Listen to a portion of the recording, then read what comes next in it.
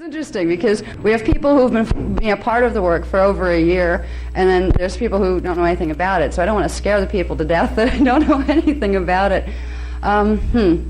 Tonight is going to have to be a lot of information consolidated into a short period of time, because this is like when we come up, we usually do the 3 days. Okay. How's that? Can you hear me in the back? Is it okay back there? Okay. Seems okay? Okay? Okay. Alrighty. Now, tonight there's a bit of ground that I want to cover that has to do with aliveness. That's one thing we all have in common. And we all have different ways of looking at it, and some of us are so used to it that we don't look at it at all. We just take it for granted and don't think about how it gets there. So tonight we're going to talk a bit about aliveness.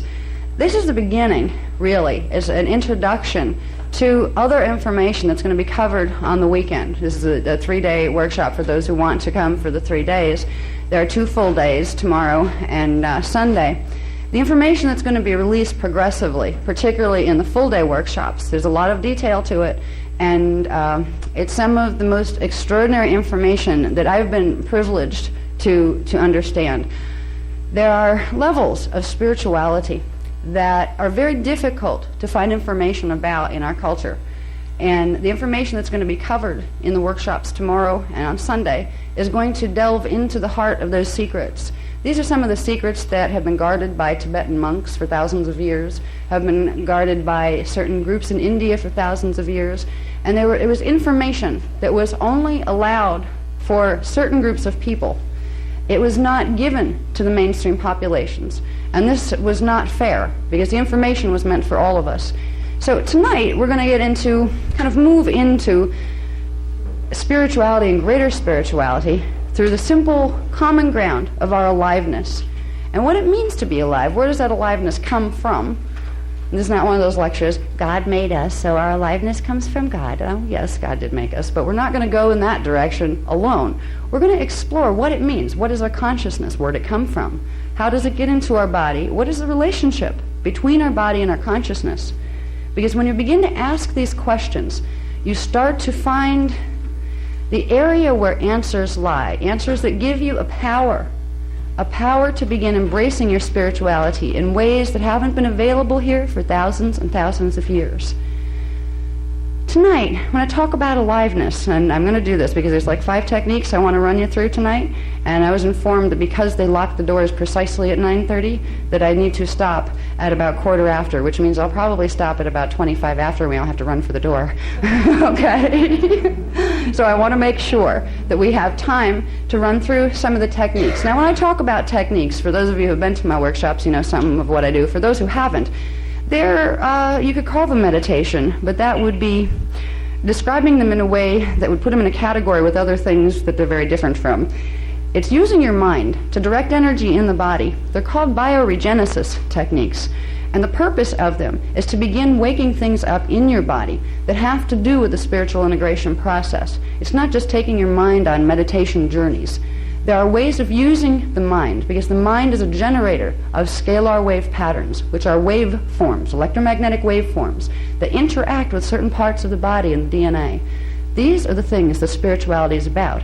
These are the types of information that have been known by the masters for thousands of years, but have not been shared with the public, because there has been an information repression campaign that's been going on in our world for many thousands of years. So when I do meditations, when I take you on little journeys, I'm trying to get you to where you can exercise some of the things that belong to you that you might not realize you had. And once you realize you have them, you can take them home and play with them and begin expanding. So we're going to do some exercises tonight, which means I'm going to have to cut my dialogue short till about 8:30. I'll talk with you about things. I'll describe things to you and share with you information. And after that point, I want to make sure, because if there's anything that's going to help grab that aliveness in you, it's not just talking about things that can make you find the aliveness. It's walking it through some of them, getting your body and your mind used to moving in ways that it might not be used to doing. That's how you start to feel the aliveness more. And when you start to feel it more, that's when your conscious mind kind of goes, ooh, that was a little different. There is another place that my mind can go, and I feel certain things in my body when that happens. This is how your expansion starts. The reason I teach spirituality isn't because I needed a job. I was an artist before I got doing this. Spirituality holds the key to our freedom. All of the things in our world that make us unhappy, that make us stressed out, that we look at our world and want to cry because things are going so bad in certain areas and maybe even in our own lives. I teach spirituality because it's a way to genuine empowerment.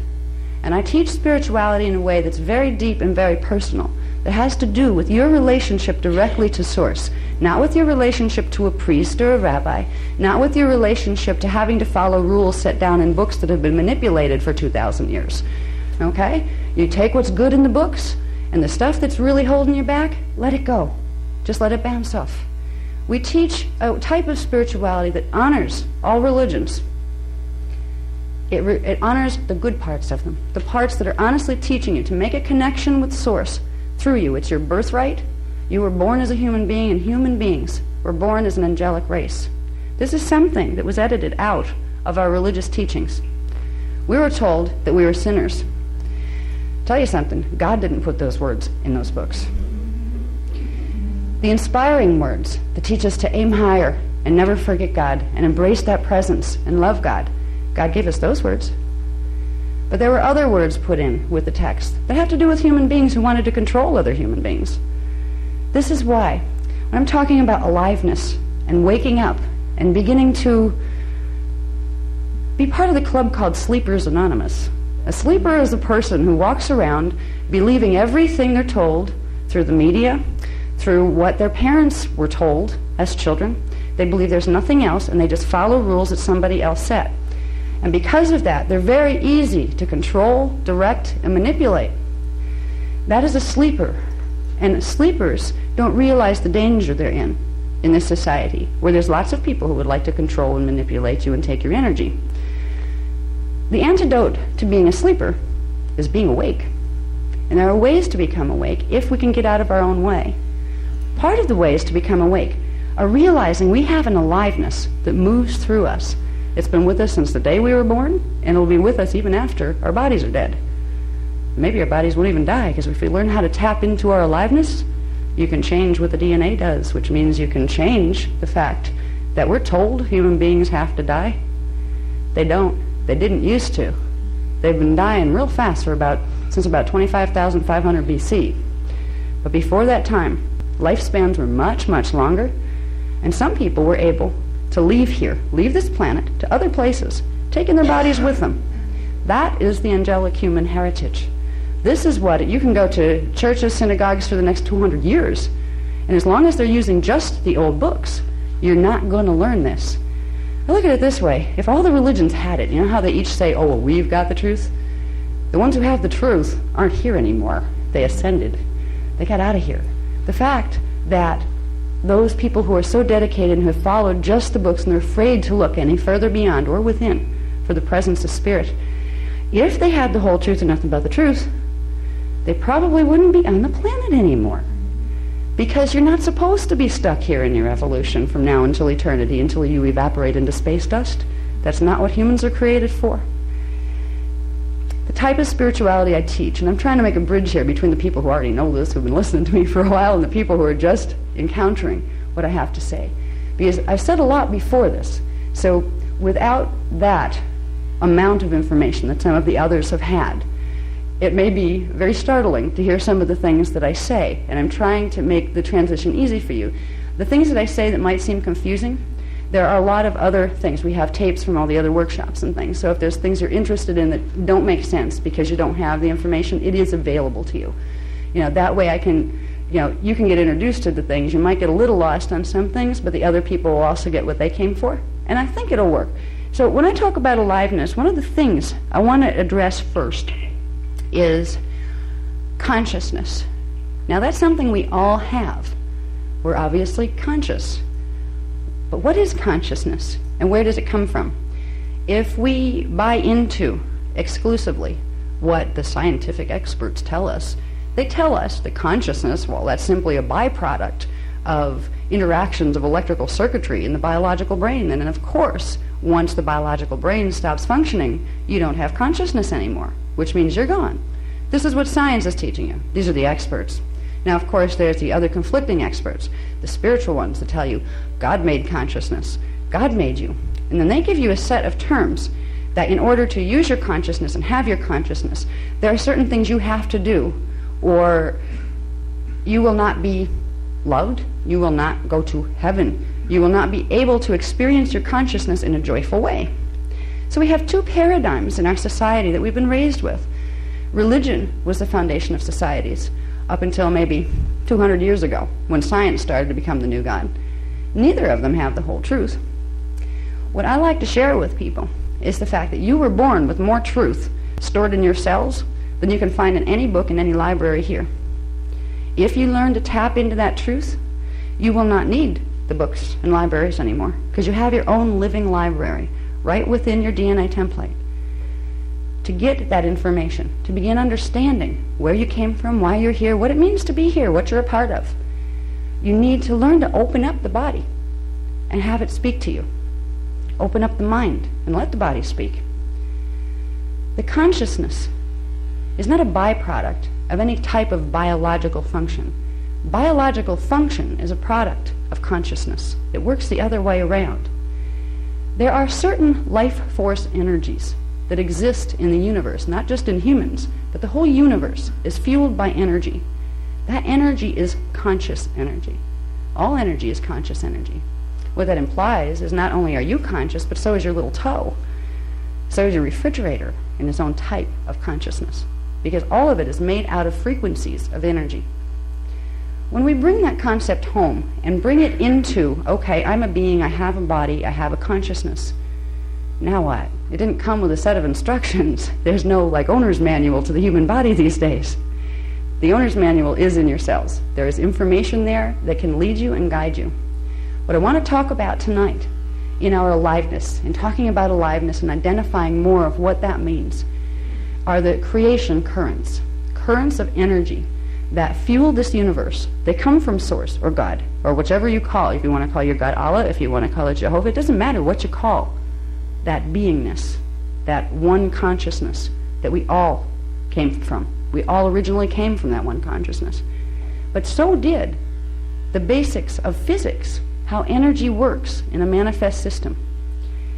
In the basics of physics, spirituality and science go hand in hand. There's no difference between the two. When you look at science, the way it's practiced out there, it is soulless. It has no understanding that the fact there is spirit, and spirit is eternal, and it lives on way beyond the manifestations of form. When you look at religion, it teaches you there's nothing scientific at all about spirituality. It's about putting your power on somebody else's words and making sure you pay whatever it is you have to pay to make whoever it is that's in control happy, so you can get through to wherever heaven is. Neither of those paradigms teach you about your aliveness or how to use it. Neither of those paradigms teach you to use your God-given gift. You were created, humans were created, as manifestations of the face of God. They were created as little pieces of God. God wanted to experience what it means to be manifest, and so created many forms, one of them human. If we begin to realize that there is not a huge separation, God's not out there someplace else in the universe flying around or sitting on a throne, and you're way down here in this lowly little world, you start to realize you have a living connection to God at all times. God isn't dead. God didn't write the Bible and then, take a hike to another universe. That presence will always be with us. If we did not have a Bible, or we didn't have a Quran, or we didn't have a Torah, any of the books were just teachings to get us to a place where we could start to recognize the fact that Spirit and God live within us. Those things, those spiritual things, God, Spirit, they live within us, but not as hypothetical, conceptual things that have no tangibility. We have a program, it's an audio program, it's called Tangible Structure of the Soul. Some of you have used it already. This begins to show you the beginnings of that tangible structure of your soul, because there is an energy structure that's part of your anatomy, part of your body, that holds your aliveness and your consciousness into form. If you can begin to understand, it's kind of like we're walking around with an anatomy, and it's as if we identified the fact that we had one leg and two arms, we're not going to get very far as long as we're dragging that other leg because we don't realize we have it. We have anatomy that's multidimensional. It's 15-dimensional. We have our chakra systems, our bioenergetic fields, our DNA template that spans 12 of the 15 dimensions. When we begin to understand the anatomy that we're dealing with as a human being, we get to have the opportunity to master that, which means we have the ability to master our spiritual integration process. We don't have to hand our power over to some angel because it tells us it knows more about becoming spiritual than we do. We've been tricked into believing those things. Because as long as we're putting our power out on something else, we will never be able to use the power because we're telling ourselves we don't have it. The power I'm speaking of is a power of consciousness, the power of multidimensional consciousness that exists within our bodies right now, and it's what's running your bodies. If you didn't have these intrinsic conscious energy systems, you would not be able to walk a body around. Your body wouldn't be alive, and your consciousness wouldn't be focused in it. When we're going to understand the structure of our multidimensional anatomy, the structure of our spiritual identity, there's a lot of parts to it. And we've given workshops on explaining some of those parts. The Kathara Bao spiritual healing system shows us very intricately the interaction between the parts of our anatomy. But if we're going to understand it in the most simple of terms, because sometimes simple is better. You can start with simple and then you can have all the detail you want with some of the other programs. But if there is one thing that I could teach people about to help them get their aliveness back, and when you get your aliveness back, you start to realize you have the power to create joy. You have the power and the choice. There's one thing that I could teach you about that would begin to open that in you. It's something called creation currents. Currents of living conscious energy in the form of frequency that move into and through your body through very specific structures. There are primal creation currents that the universe itself is structured on. They're considered universal kundalini currents. You know, some people have heard the word kundalini before, and some haven't.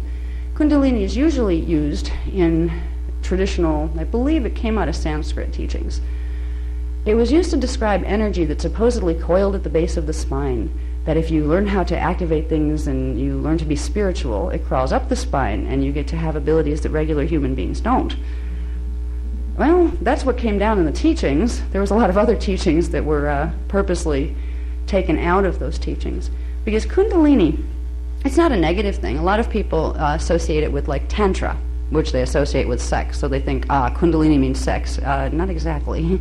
It can, it's part of that process, but it's part of breathing and it's part of thinking. So when we talk about Kundalini energies, there are several areas of Kundalini energies, several different types of frequencies that run your body. If you could think of your body as having a pillar of light that moves through from the top of the universe all the way through where time doesn't even exist anymore to an area that's called the primal sound field. Because first there was consciousness. There always is consciousness, that is God. Then from that consciousness within itself, God created a primal field of vibration, of sound. That area is called the kundare. The current that flows down into manifestation from that current we refer to as the kundare or the rainbow ray, because it carries with it the frequencies of the spectrum of all light and all sound. That would be the first primal creation current.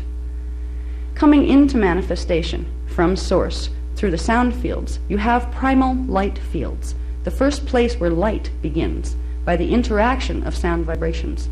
Light is created by the interaction of sound vibrations. So there is a physics to this. The sound and the light are conscious. There forms consciousness, the consciousness of God takes, as it begins to move into the experience of manifestation. The primal light fields are referred to as the kirashe. So we have the kundare, which is the sound field current, and then we have connecting to that coming down into manifestation, the kirashe, which is the light field current. From there, we move into something called dimensionalized structure, which means currents, the primal currents, are broken down into different frequency bands, different groupings of vibration that are separated from each other a bit to give consciousness the ability to enter into the experience of frozen light. Frozen light is matter. Frozen light and sound is matter. Frozen means it's moving at a different rate than the creation currents through which it is manifest. There is a geometrical relationship between the creation currents, the primal creation currents, that creates the foundation of dimensional structure. So you can basically look at it as God created sound, then light, then the structure of dimensions, which gives us something called the time matrix.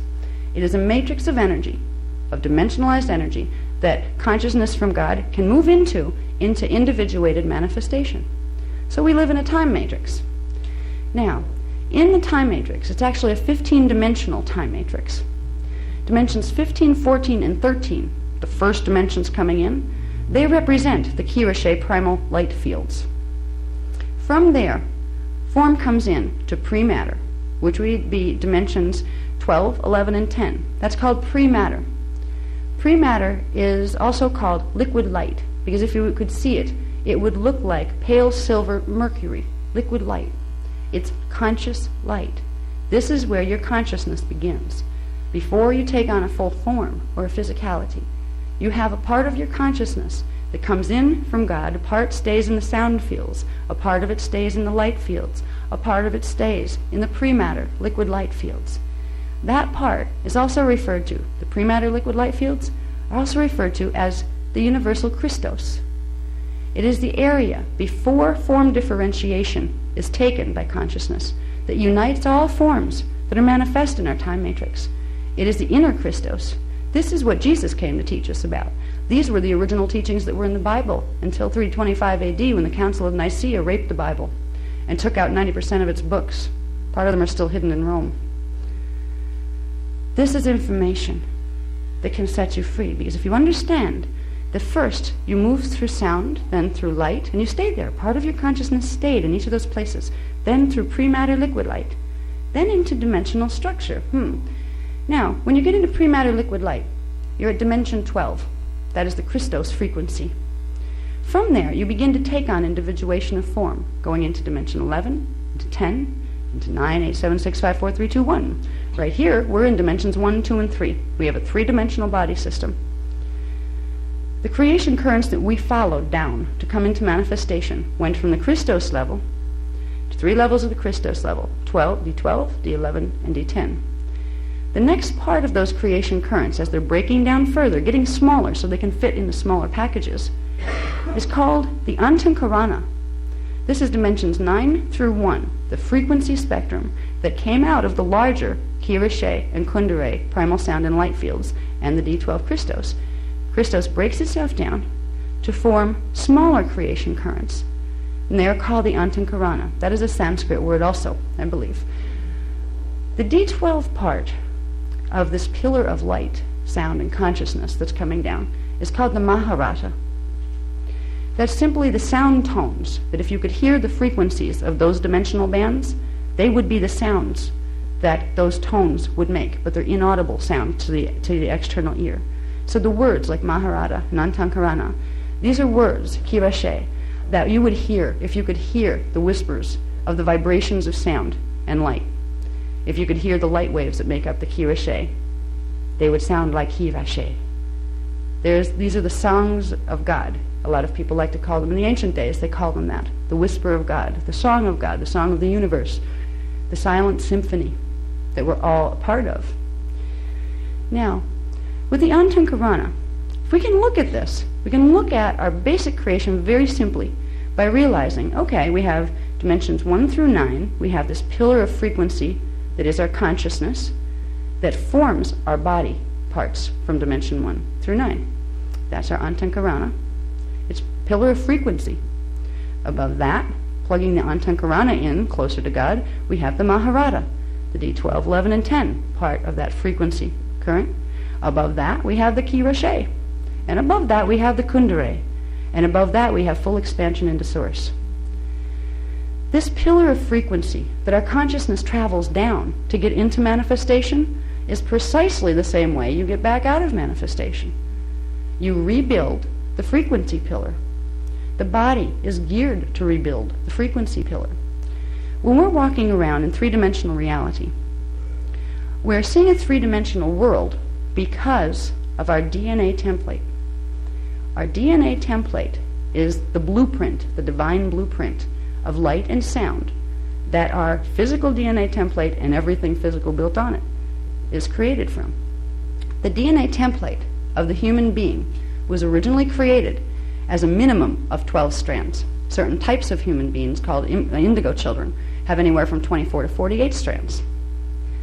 This is why we were considered an angelic human race, because anything that has 12-strand potential in its DNA template has the ability to integrate a minimum of 12 dimensions of consciousness, which means it has the ability to pull in all of the frequencies of the Antankarana, D1 through D9, and it also has the abilities to pull in the frequencies of D10, 11, and 12. It can pull in the pale silver liquid light Christos frequency and the consciousness that goes with it.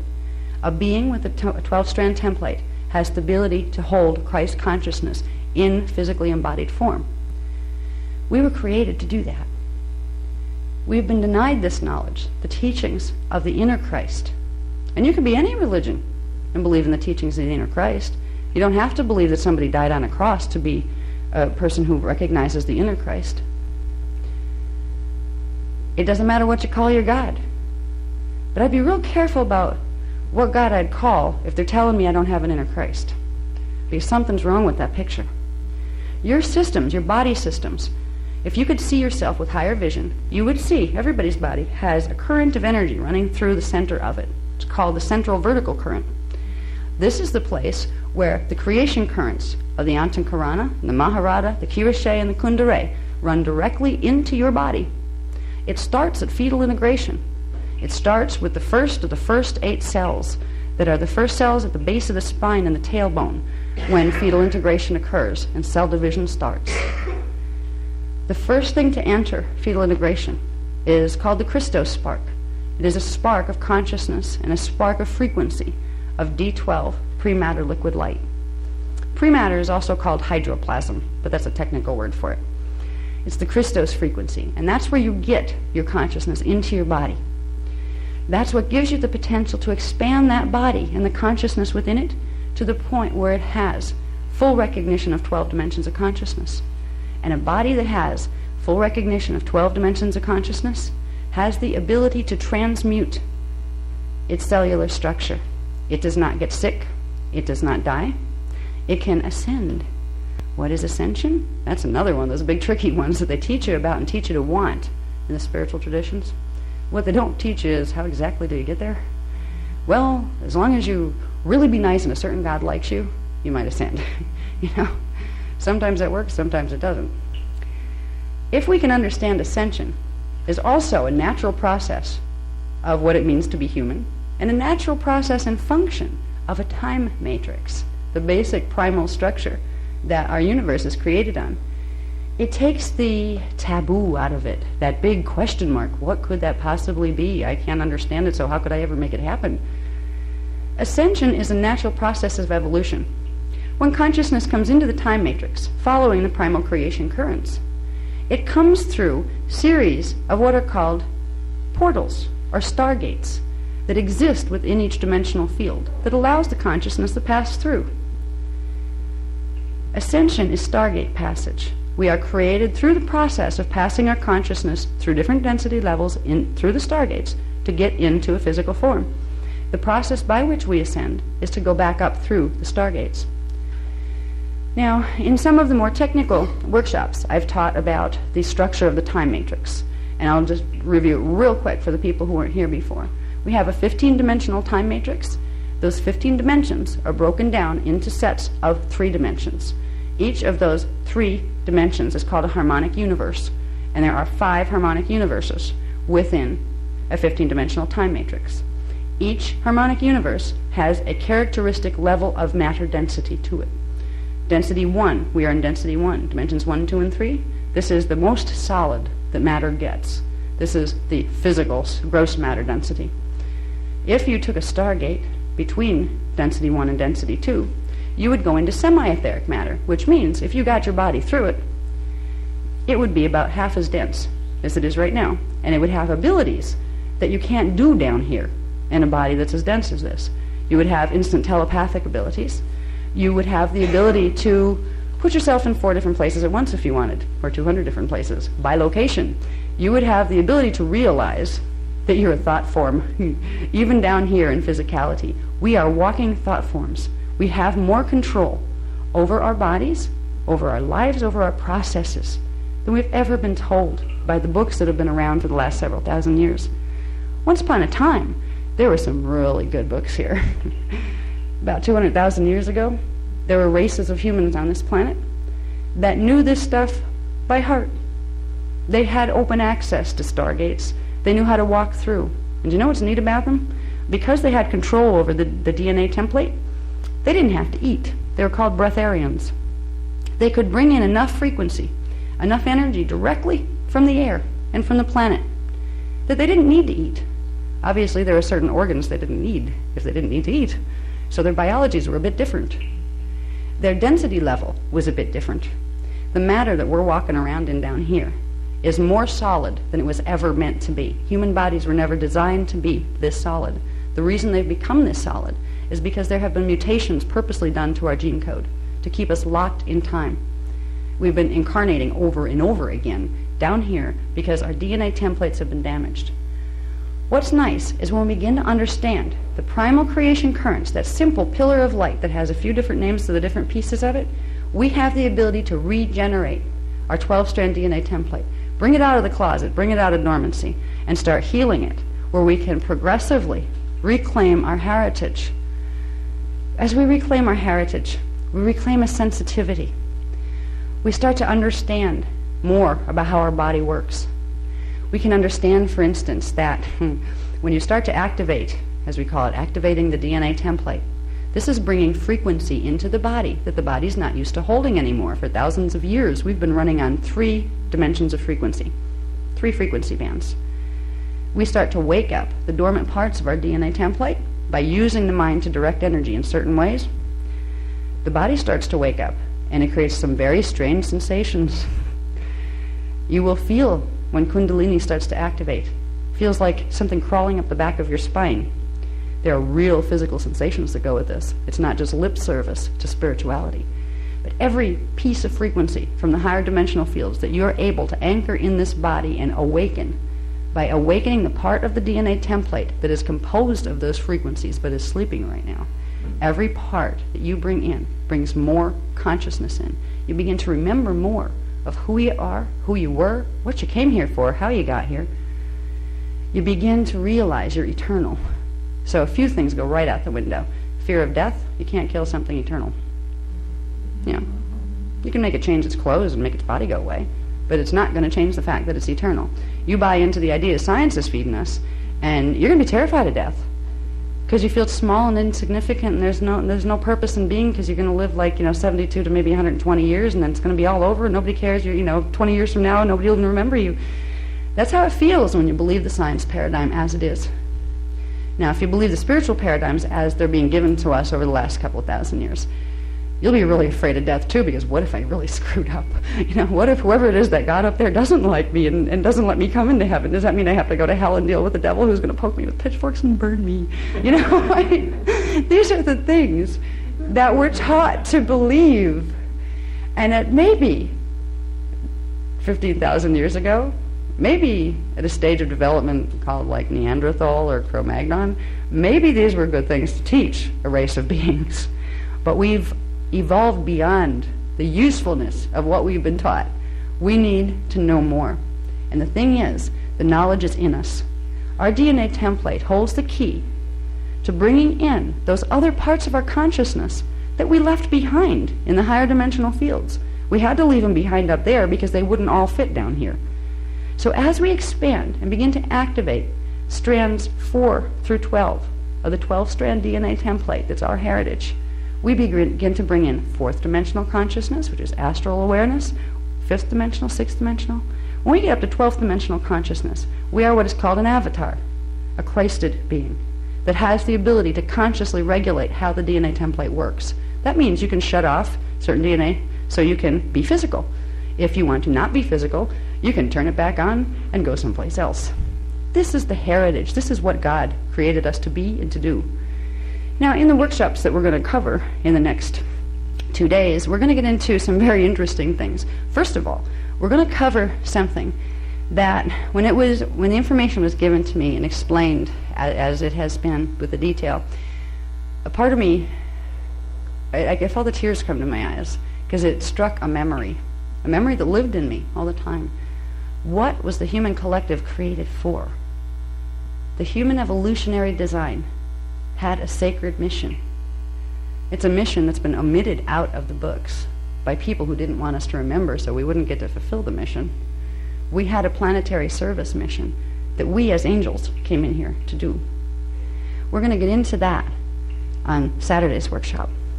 We're going to get into some of the secrets that have been hidden within our legends, within the legends that came out from the Christ period, within the legends of King Arthur, within the legends of Atlantis. Was it real? Was it not?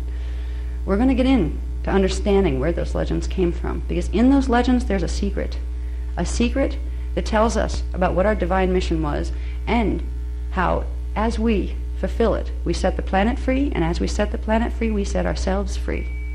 So we're going to get into some of the detail. This information, I know for a fact, has not been on planet since 10 AD was the last time. 10 AD was when a man named Joshua Melchizedek, a.k.a. Jesus Christ, brought this information here in the same way that it's being given now. He translated it off something called Cloister Doratura plates, CDD plates. These are metal discs that were given to this race in 246,000 BC when this race was awake. They were plates that held the history records and the mechanics of something called the Templar, which is the planet's energy system, how our systems are connected to the planet system, and how the stargates of this system are to be regulated. Why were we given that knowledge? Because we had been appointed as guardians of Earth's stargates. Right now, the only time we think of the word stargate is in the fiction movies on TV. That's because the last time the stargates here opened was in 208,216 BC. That's a long time ago. There were written records explaining it. They were taken from us by certain groups that did not want us to remember. The stellar activation cycle, or Stargate opening cycle that happened 200,000 years ago, went bad because we were invaded. We were invaded by races from other systems, from density 2, which is dimension 4, 5, and 6. We call them the fallen angelics. You can call them ETs too if you want to, but when you say ET, you miss the point of the fact that they have the ability to move through density levels. We forget that we have the ability to move through density levels too. So we're going to get into, on Sunday, some interesting things. I'm going to reveal something that I'm actually putting my life on the line to reveal. It's a plan that was called the Atlantian conspiracy. The evolution and the history that we have been raised with are part of a much bigger story. And when we begin to see what that story is, we start to realize what is happening right now. This is the long-anticipated stellar activation cycle. They have been waiting for this stellar activation cycle. Our higher parts, our soul, our higher levels, and also the fallen angelics who want control of this planet. The years 2000 to 2017 is the first time a stellar activation cycle will happen since 200,000 years ago. And here we are, 99% sleepers on this planet. The reason we were put here was because there's damage to the planetary grids, the Templar, that we were supposed to help fix. Because if we don't fix it, every time Earth hits the stellar activation cycle, which is part of its natural cycle and its evolutionary time cycle, stellar activation cycles, Stargate opening cycles, are natural. Every time Earth goes into one with damaged planetary grids, without humans on the planet to do what they're supposed to do, it rolls. It goes into pole shift. This is why you have the prophecies that have been coming up for thousands of years through the Mayans and through the Egyptians and through the Native Americans and even through the Bible. Why this time period was singled out as the end times. Because there were those who understood the time cycles. We can stop that from happening. The reason we haven't been told how to stop it from happening is because there are certain forces that want it to happen to clear the real estate. We need to wake up. At least some of us, enough of us. We need to remember what it means to have a Kundere, Kirashe, Maharada, Antankarana, because they are our life force currents. And it is through our life force currents that we can wake our DNA up, wake our body up, but we can also do the repair to the planetary grids that will stop the place from rolling, even though fallen angelics are trying to make it do that right now. The information that I'm going to share between tonight and tomorrow and Sunday, some of it, they say controversy sells. Well, whoa, some of this is going to challenge everybody's belief system, because it's going to show you some things in history, and you're going to find some popular names in history that our stories have told us to love and worship and honor, and we're going to find out some things about them that you might want to think twice. Hopefully by the end of the workshops, you will be able to walk out of the room possibly a little stunned, but more than stunned, empowered. You will be able to look at the little pieces of teachings and the conflicting ideas about what was our past, what happened in history, what does it mean now. These things will not be so confusing if you start to see what has happened here. But the big thing is, we've always focused, as Right Temple focuses on, I focus on, solutions. If there is a problem and there is no solution to it, ignorance is bliss. You're better off not knowing. If the place was going to roll and there wasn't a darn thing anybody could do, I would just be out here teaching, let's party, let's have a spiritual party day, let's really get our soul in line here in case, so, when we're going to meet our maker, it's like a good time to clean out the closets and, get ourselves together. That's not the message I have to teach, though. The message I've been asked and guided to teach is a message that we can make a difference here, but it's like now or never. The stellar activation cycle we're in the middle of started in the year 2000. It was consummated in the year 2000, which means the lower gates that go with dimension 1, 2, and 3 began to open. And gate 4, which is the beginning of fourth dimensional frequency coming into this planet. If the stellar activation cycle was going normally and there weren't problems, by the year 2012, something called the Halls of Amente stargates, which are a smaller stargate system interwoven with Earth's stargate system that go directly up to density 2, an Earth's counterpart planet called Terra, they would open, and we'd be able to go through them. We're not going to make it to the opening in the Halls of Amente if certain grid work isn't done. And we're not going to be able to do the grid work if we don't remember who we are, and we don't remember how to run our bodies. It's not that hard to learn to run your body. The biggest part is realizing you can. The biggest obstacle to that is the programming. We have been mind-washed. All right, we have had our memory taken away, and on Sunday, I will show you how that was done. I'll show you when it was done and by who it was done, and why, and how those forces aren't something that messed with us in the past that went. They're still here. Tonight, I want to focus on a little bit of getting it into what tomorrow will be instead of Sunday. Tomorrow, we're going to deal with solutions. Okay? If there's a problem and there's a solution, I like to show you the solution first. Because then by the time you see what the problem is, oh, that's no problem, we know how to fix it. Right? Now, if I showed you the problem first, you might say, oh God, I don't want to deal with this anymore, So what we do is we teach you the solutions. The solutions are empowering. Because they're not only saying, hey guys, can we wake up and somebody please help this planet before we all go down? That's not the purpose of it alone. It's saying, claim what is yours as a person, as a being. You came here for a reason. Somewhere in there you have memory. Somewhere in those cells you have memory of your blessedness and why you were created as a face of God to walk this planet at this time. When you can start to find that inside of you, you start to feel that living presence waking up. You can look around and think about the things that used to bother you before you started feeling that presence, and all of a sudden what seemed this big becomes like this big. So I don't like my job? Well, I'm a manifester. I guess I'll shift it, won't I? I'll create something better. I was told I was stupid or ugly or fat or couldn't do. If you recognize that as a belief program, you are a creator. You are created in the image of God. As a face of God, you have the ability to use your creative power. You're supposed to. And say, wait a minute, I don't like that filter. If you kind of look at your thoughts as templates, as molds that will direct the consciousness energy out into a manifestation, you start to realize you can do things like God can do. Maybe not as big yet. You're not going to go create universes and worlds right away. But you could at least create a happier life for yourself and get out of a job you don't like and find a nice relationship you do like. There are real practical benefits on a daily basis of learning what you're made of and learning why you're on the planet. And when you get to that point of realizing, for personal reasons I can do this, then you start to realize, I'm part of a bigger collective. I'm part of an angel race. And oh my God, 90% of the angel race is still asleep. Then you start to see what you do has tremendous significance as to what this world is going to turn into. If you don't want to see volcanoes and earthquakes and tidal waves and rolling planets between now and 2012, it's a good time to get motivated. To say, I'm going to reclaim myself because I want my power back.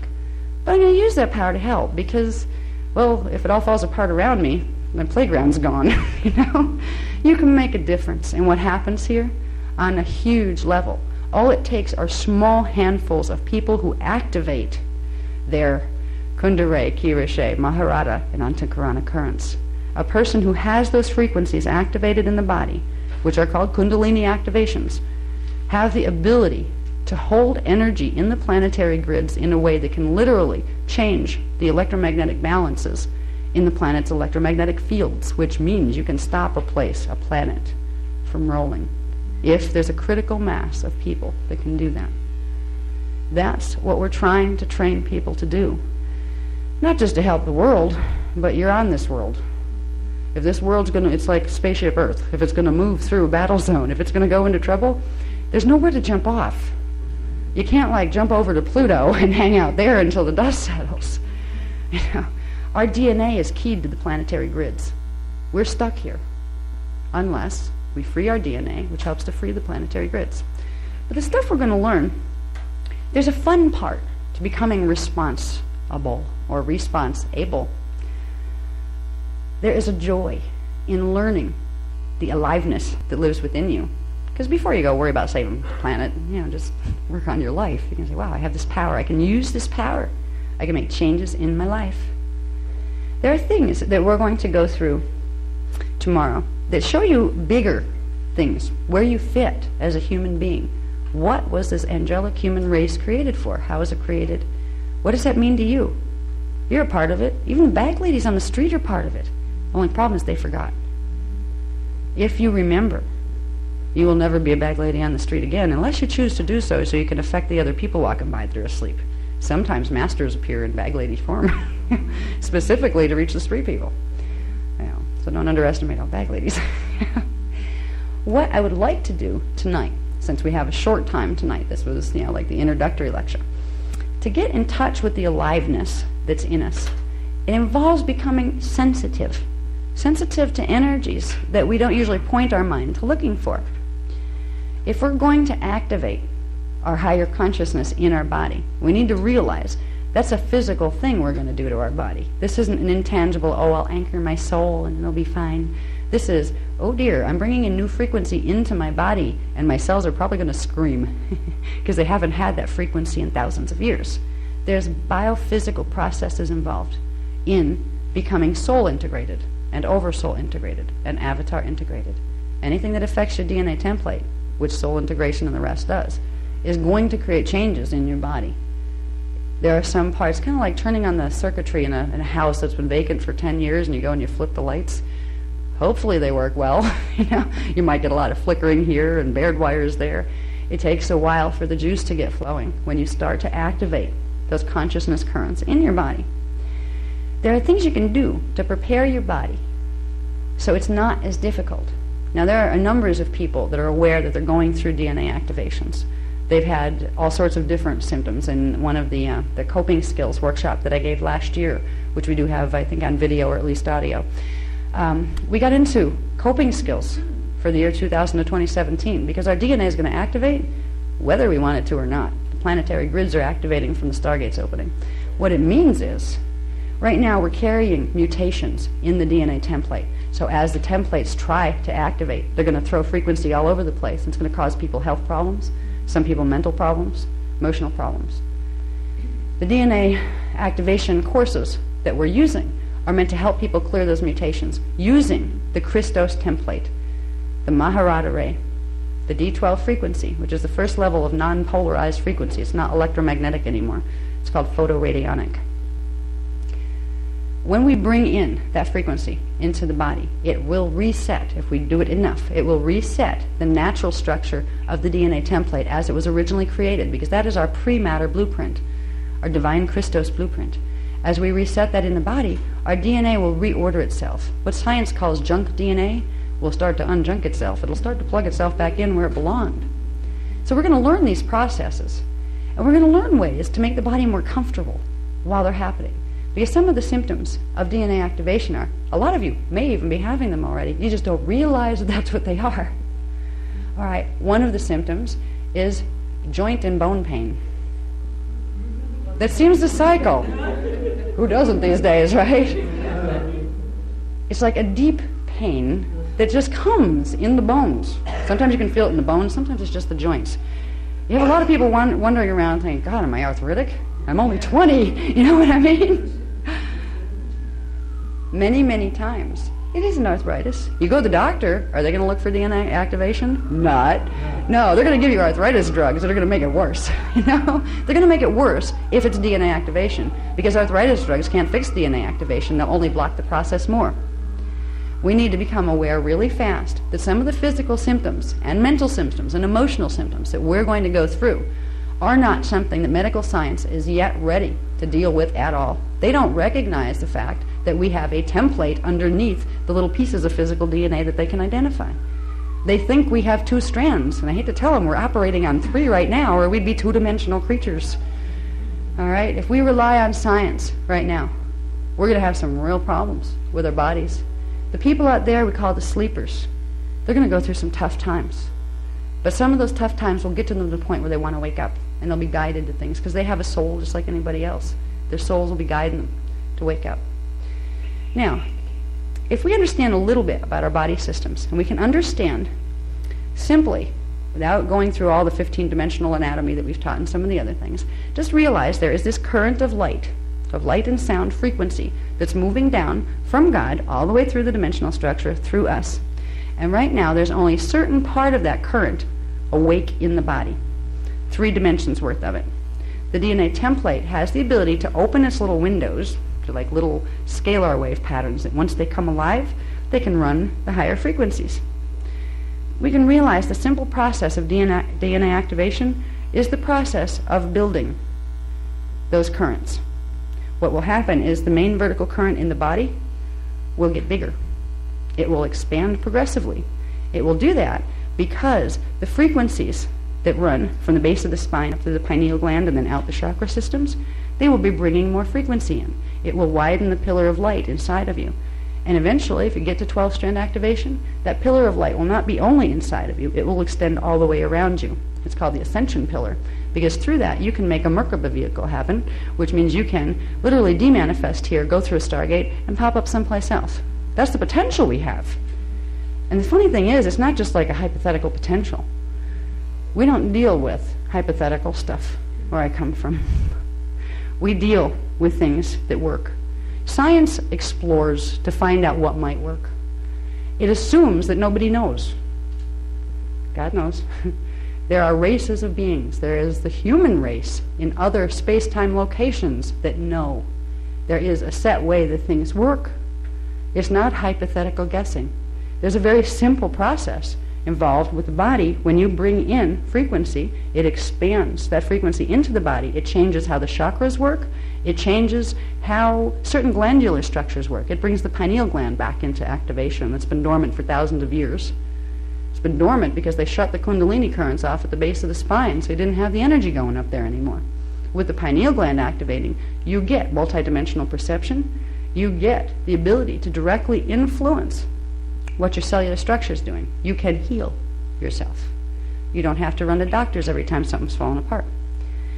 These are some of the immediate advantages you have by learning your anatomy, and you don't have to be intimidated by your anatomy. You know, if you get an anatomy book and you just want to learn about the physical, and you looked at all the huge names of things and stuff they have, you can get anatomy books like this, to the point where you just don't want to know. I look in the mirror, I've got one, that's enough, you know?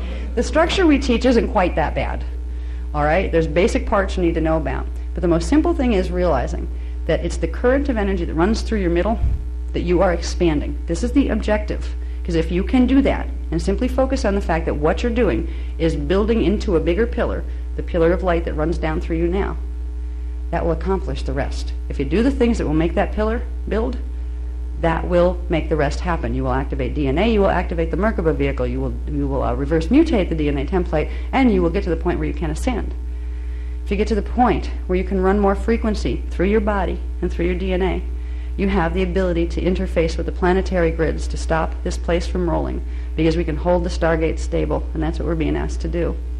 This is a big message to carry to somebody who's never had this work. So I have a lot of compassion for the people who've not had exposure to it before. Hang in there. There's lots more from here. Like, we started easier, you know? But at this point, we have between the end of the year 2001 and the middle of the year 2002, this is going to determine whether or not they can stop the place from rolling. If it rolls, it's not going to go in 2002. It's going to slowly go between 2003 and 2012. We can make a difference, but the difference has to be made fast before it's too late to counteract the electromagnetic imbalances that are being made to happen in the grids. We need to do it very simply by activating our DNA template, and then there's some ancient secrets. They were the secrets of the Christ mission, what Jesus was really here to do. He was here to do more than just teach. What King Arthur has to do with all of this? Was he even real? Yes, he was. He was born in 559 AD on a mission. This goes back to Atlantis before both of them. Atlantis was here too. If we can start to understand what has gone on here, in those ancient legends, there is a secret that was kept from us, so when this time came, we wouldn't have it, so we wouldn't be able to fix it. The secret is called the Round Table. You know, King Arthur and the Knights of the Round Table, where they weren't just a bunch of guys that sat around and talked about politics. They were on a mission that had to do with stargates. They had something called the Book of Maps and Keys, which is something that Joshua, or Jesus, also translated, but they took it when they raided the documents at Nicaea. The Book of Maps and Keys showed where the stargates were located here, and it showed what had to be done to regulate them so they would stay balanced. This is the information we're going to get into in the next 2 days.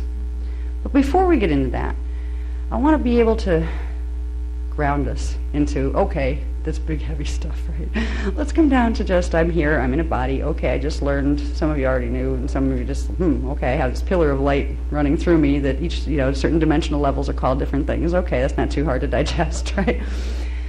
If you're going to make more frequency run through your body, by whatever this mysterious process is of activating DNA, how are you going to make that be a comfortable process for you? Because there are changes, like I said, pain, just periodic periods of the bone pain, the joint pain, that's one of them. Teeth breaking, that's another. Teeth just love to fracture when there's too much frequency coming through. Okay, you can get periods of heat flashes where you're going to run off for estrogen treatment if you're a female, because you're going to think you're hitting that time even if you're 20 years too young. There are many, many symptoms of DNA activation when it gets really strong, and if you're going through some very heavy activation cycles, you may even get cracks in your skull. I did. I got one that runs up the back there, and I have another one that runs straight up my forehead and up to the top of my head. Not everybody gets those. That tends to be when your soul decides, because you need to have certain levels of awareness with you at a certain time, they have to make your codes activate really fast. Your soul will try not to do that. It'll try to pace it as easy as you can. But right now, we are being asked to realize this is going to happen. We're going to be a part of this, whether we do it consciously or as a sleeper. But the sleepers aren't going to know what hit them. They're not going to know why their bodies are hurting. They're not going to know why their emotions are jumping all over the place all of a sudden, where everything upsets them, or why sometimes they feel totally distant from everything and not plugged into anything. They're going to have these psychological symptoms. They're going to be really strange because they used to feel like normal people. Normal is going to take on a whole new meaning. All right, if we can understand, there are some basic things we can do. One of the things we can do, I'm going to sit up here for this so you can see, hopefully, the people in the back can see a little bit. One of the things I want to cover is, if we're going to activate the Rainbow Ray and the Maharata, which we're going to learn to do over the next 2 days for those of you who come, there's things in the body you got to get your body warmed up to handle this stuff, which means it will make the symptoms of activations less annoying or less painful. Major headaches are another part of the symptoms. Some people, when your pineal is starting to get stimulated, you'll get what feel like migraines, or you'll get severe eye pain, or you'll get periods of blurred vision, or you'll have periods where your ears seem like they shut off. And the one big one that drives everybody buggy is sometimes it feels like somebody just took your memory and ran away with it. Where did it go? I used to have a photographic memory. What happened to my memory? God, I can't even remember what I had for breakfast. You know? These are part of the process. It's like, don't go get the Alzheimer's test right now, okay? Let's check this out first, because at least we're not asking you to take drugs to fix it, right? The memory loss is part of the fact that your body is a vessel. It is a vehicle built on a certain amount of energy and frequency, and it has a certain capacity to hold X amount of frequency over a certain period of time. At any one moment point, it can only hold so much.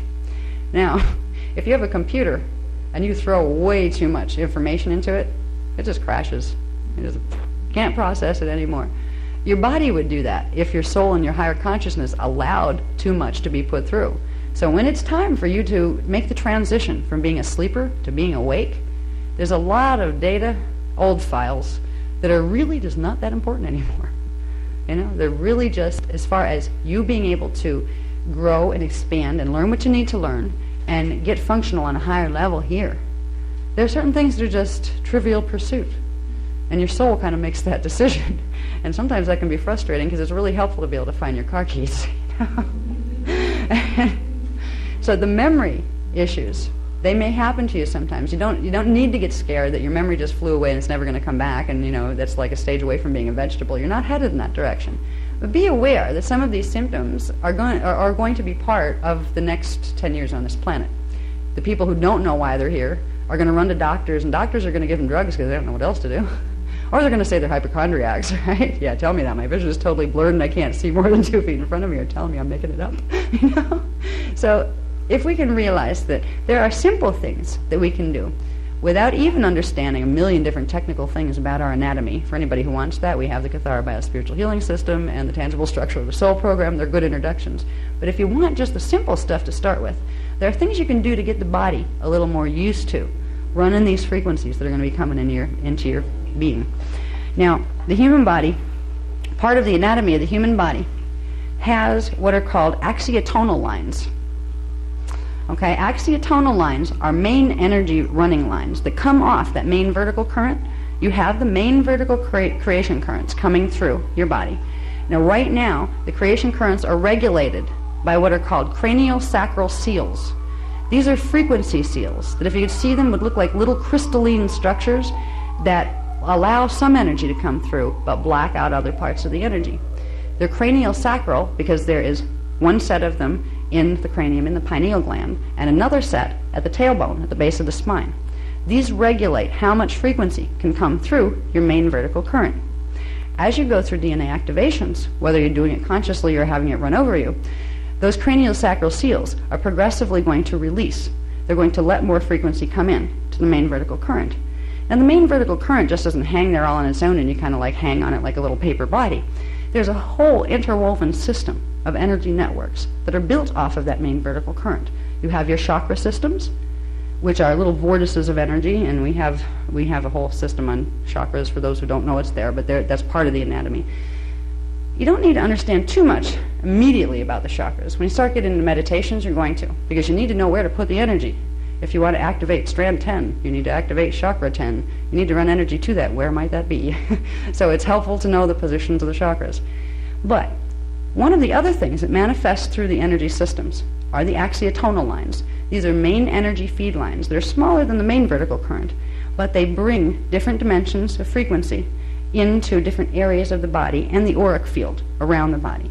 You can see them with higher sight. If you go up to 6-strand activation and turn on your inner vision at D6 level, you'll be able to see the structure of them. You can see a little bit at D4, but not too much. See, when you turn on the DNA, you also get interdimensional perception progressively opening up. You become psychic, because psychic is a normal state of being for a human being.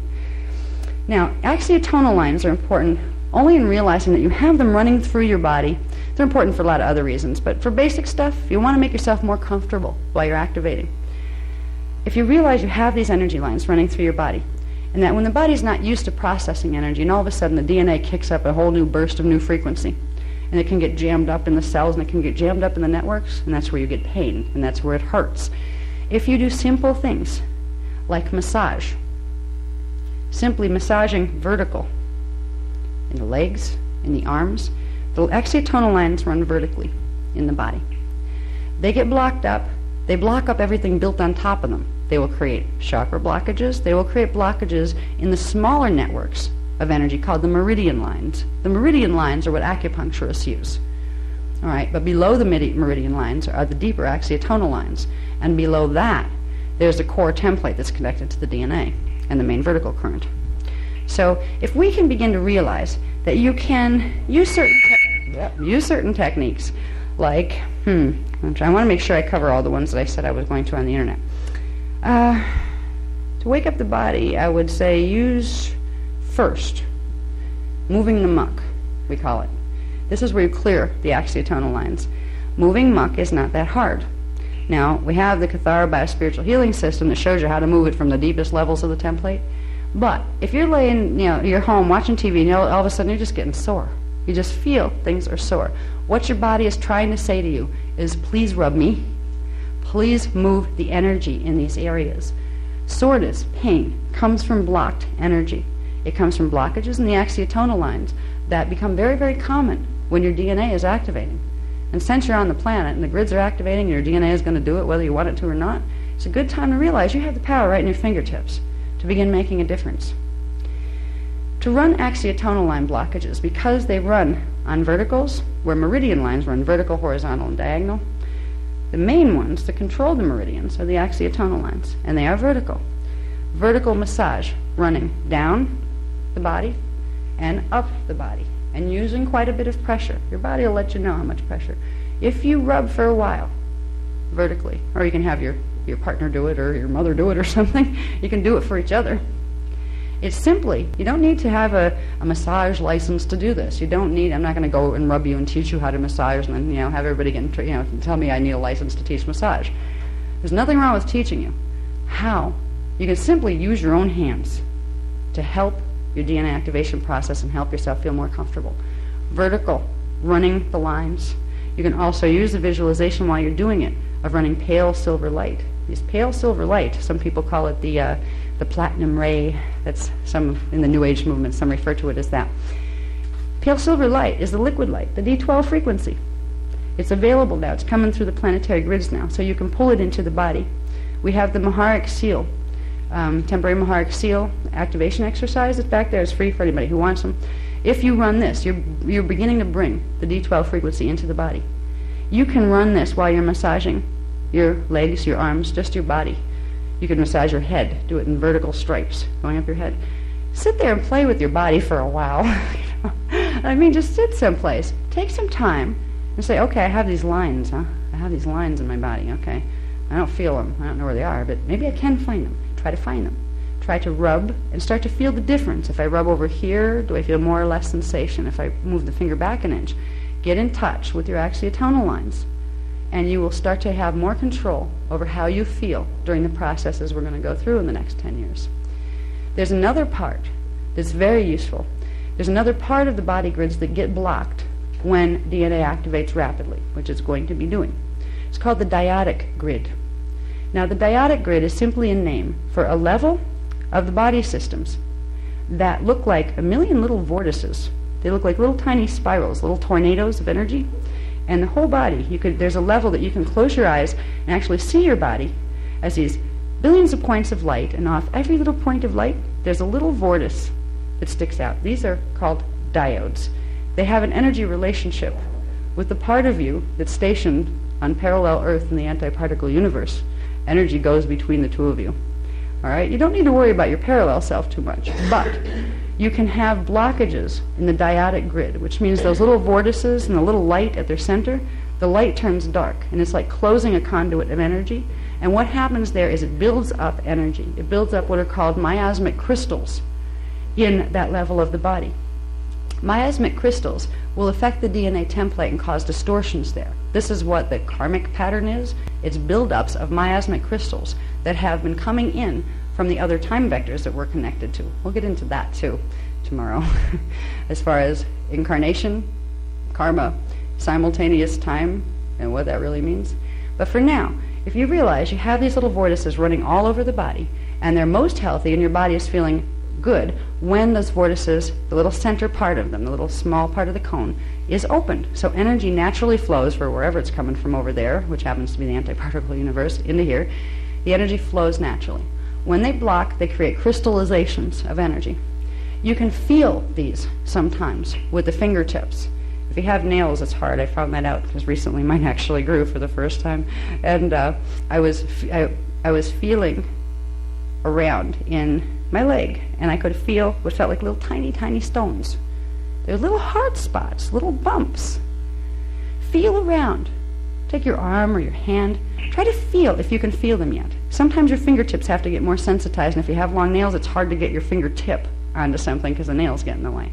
But try to find, explore your body for the feeling of little tiny round things. The kind of little tiny things, they feel like little shards of crystal that are in there. These are part of the miasmic imprint that you can actually feel. These are the parts that block the dyadic grid. When you massage those, if you can find them, and the more you play with this, the more your fingers will become sensitized to finding them very quickly in yourself and in other people. When you find them, you can do single point massage on them with quite a bit of pressure. And you can run energy. If you're working with the Kathara Biospiritual Healing System, you'll know how to turn on your energy currents in your palms and in your fingers. So you'll be able to directly really throw energy into them to break them out. If you're having pain in a certain area of the body, guaranteed you will have a bunch of the dyadic vortices blocked with little miasmic crystals. You can use pinpoint massage in those areas, and even if you can't feel them yet, start with just using pinpoint massage, pushing take whatever finger feels better, wherever you get the strongest pressure, and do circular. First do it clockwise and counterclockwise, or vice versa, just so you get it circulating in both areas, both directions. You will start to break up those frequency patterns, which will release that energy. It will let the natural flow of energy come back through the little dyadic vortices all over the body. Sometimes it takes some time to work them out. If you have a lot of pain in one area, you have a lot of congestion of miasmic buildup there.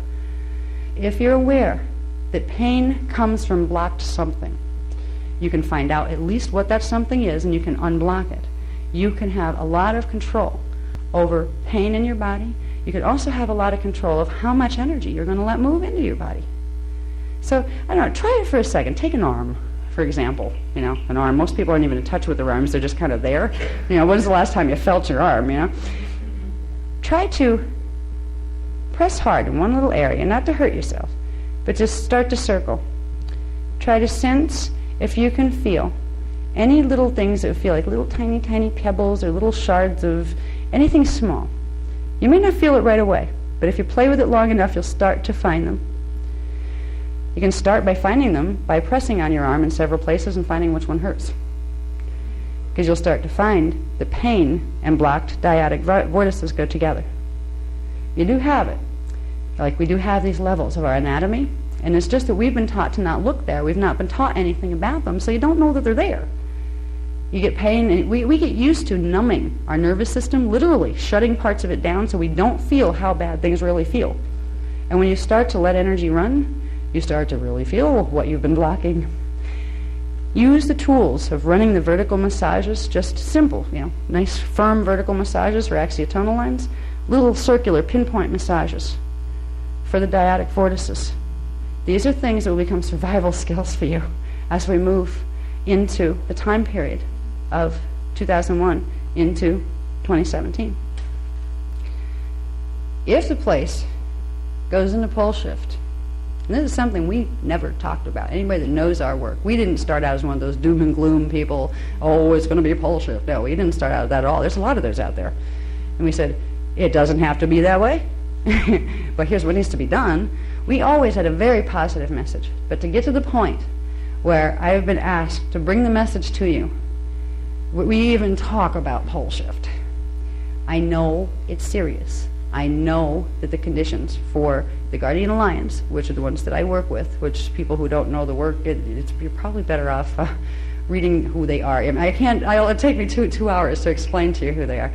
But for them to bring this up at this point, knowing how they teach, knowing they've never been alarmists, and they've never been saying you have no power to do anything, for them to say, look guys, we have basically till the middle of 2002 to determine whether we're going to do Plan A or Plan B. Plan A is fix things here, Plan B is evac anybody that can go out through a portal. If they're talking about evacs, my guys, the ones that have trained me, who have never been alarmists, I know it's time to pay attention. That's why I'm sharing that message with you. I told them once upon a time that don't ever get like those like New Age channels and stuff that are talking about, all the doom and gloom, because I won't do it. I won't teach that kind of stuff. And they understood that because they don't believe that stuff either. But they know that there are grid problems here. They know we're going through stuff. Now, one of the advantages of learning about your Antan Karana and learning how to help yourself with DNA activations is, if it gets bad here, if it gets to the point where we can't fix it, an evac is necessary. They can't evacuate a whole planet of people. Where are you going to put them? There's not another planet in the density 1 field close enough that they could get us there still alive to put us on that would sustain human life. Humans can be evacuated through portals to several places. One of them is called Inner Earth, which is a different reality field that runs connected to our own, but it's its own time band. They have always, historically, when the place went in a pole shift, taken who they could into Inner Earth, and then they resettled them back on surface when when the environment was stabilized again. There's Inner Earth. There's another place that we'll talk about. They're called the Hidden Cities. We'll talk about those on Sunday. This is something the Tibetans have known about for a very long time, but they don't have all the technicals on it. We've been given the technicals. This is how I know it's serious. This is information that was protected and held secret because there are so many humans on the planet right now that would abuse it. It's still not safe to bring it here. They wouldn't be releasing this if we didn't need to know now. Purpose of DNA activation for you is, if it gets bad, you need to have a minimum of a 4.5 strand DNA activation level to be able to go through a portal without spontaneous combustion happening to your body. This is part of the reason why they have stressed helping people to activate more quickly and comfortably and naturally, but why it's important to do it. Evacuations are not what we're focusing on. It's still Plan A. Let's fix things here. Then the advantage of DNA activation is you get yourself back. You get your memory back. You remember who you were, why you came here. You get your higher consciousness back. Now, as we're trying to make ourselves more comfortable in the process, there's one other thing we can do. We're talking about preparing the physical body. We have the running the axiotonal line massage. We have the dyadic massage. There are 2 points that we can massage also that will create a lot of help for the main vertical current to bring more energy in. It's a 2-point massage. It doesn't take long. You can do it on yourself or you can have somebody you love do it. The cranial sacral seals. One is at the tailbone and the other is in the pineal gland. Now you can't exactly reach in and start massaging your pineal gland, but you can massage it through the crown. You could also, right in here, in the indent, where the neck hooks on, the head and the neck hook together, there you can access the main energy circuits that run into the pineal from that spot and from this spot.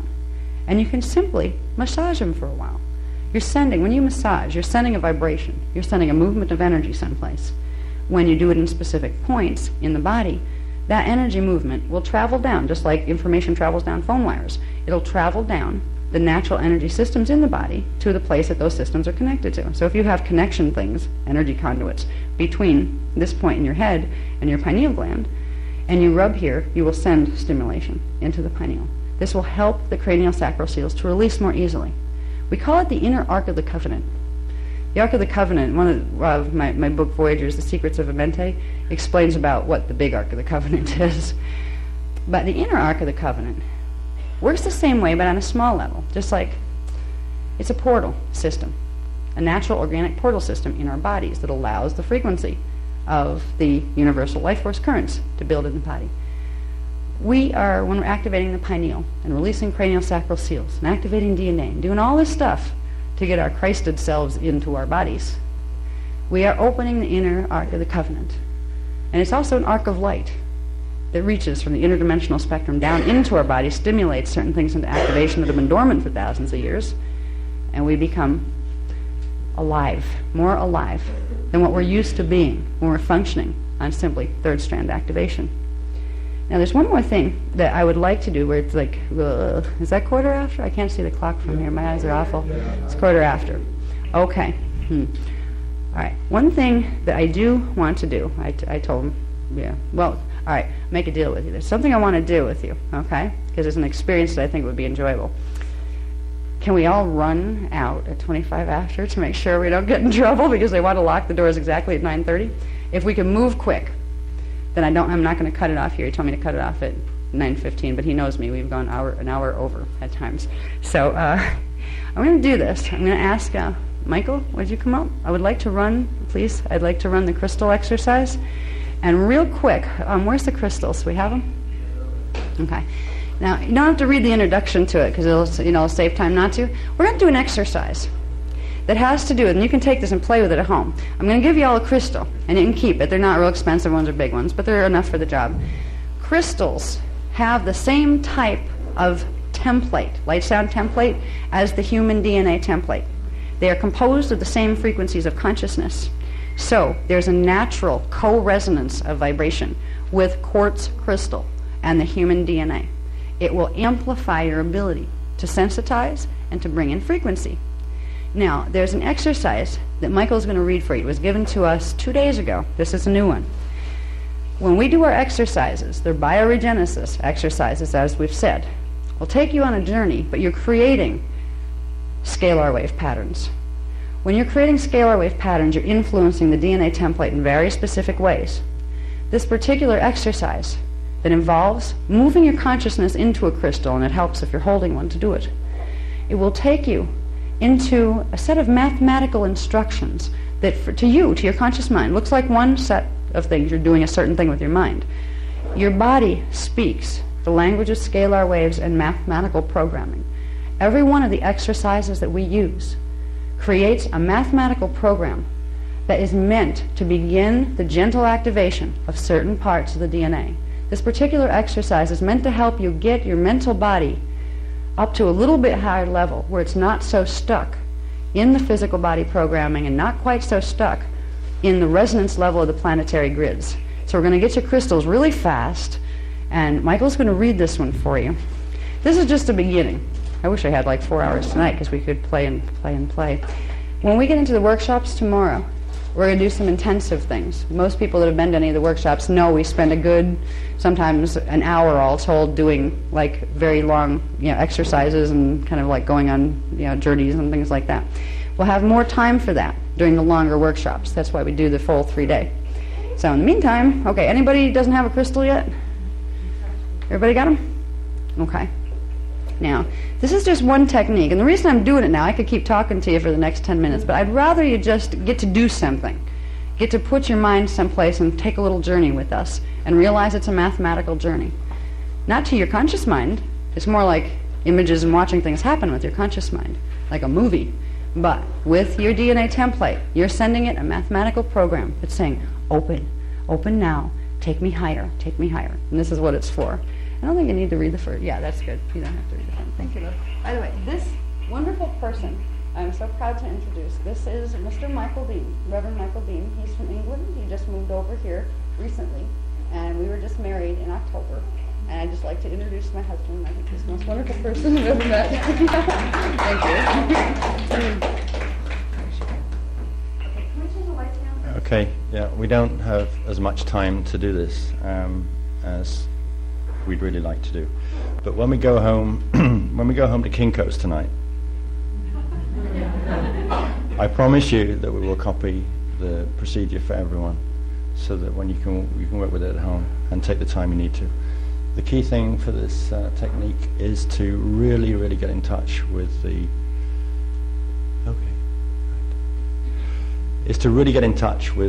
frequencies involved in the exercise, which are D10 and they're blue-black. And you need to spend a little while feeling those frequencies, because it's through feeling the frequencies that you actually bring the transmissions into your fields that you're looking for. Sorry, I'm just practicing, Bill. So, having said all that, we'll go. Would you like to bring the crystals up to your foreheads at the third eye position? In the little time that you have available, try and make a connection with the crystal. Try and feel it. Now imagine I'm saying this in the dark and I can't read a word.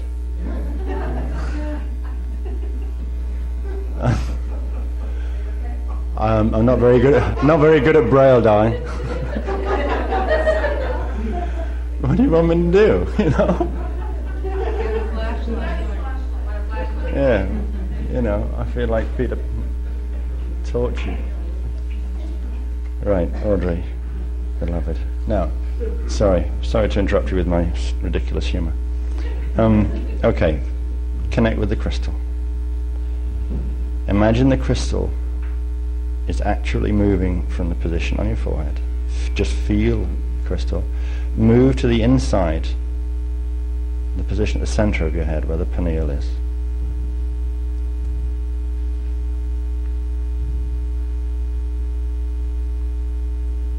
Now I want you to visualize your pineal gland is inside the crystal, which you have now moved to the center of your head. Think of the pineal as a tiny, multifaceted crystal ball.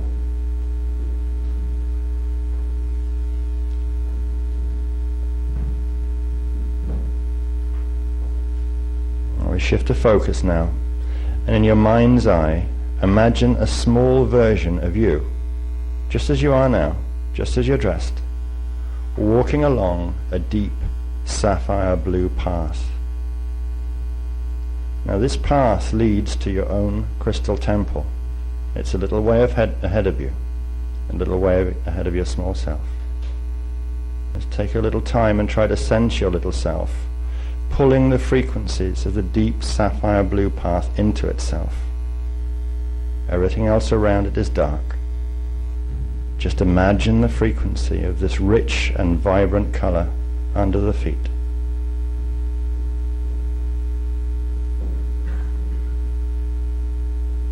Now what this small version of yourself is going to do is going to reach the pineal, the tiny multifaceted crystal inside the crystal temple. Keep walking along the path. Do your best to feel the blue sapphire energies. You can notice the crystal temple just a little way ahead of you along the path if you wish, but concentrate on drawing the frequency from the sapphire light and watch as the little self approaches the temple entrance.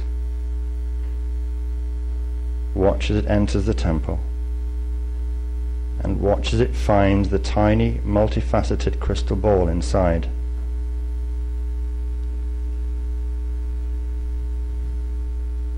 This crystal ball radiates energy, which feels like a fuzzy outer shell.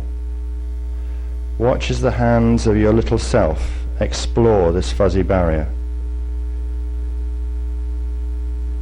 And as it does this, transfer the sensation of the energy from your little self into your own physical feeling.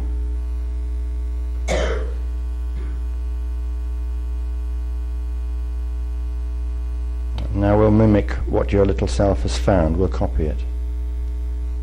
You can bring your crystals away from your foreheads now. Bring the backs of your hands up towards your shoulders, palms facing me.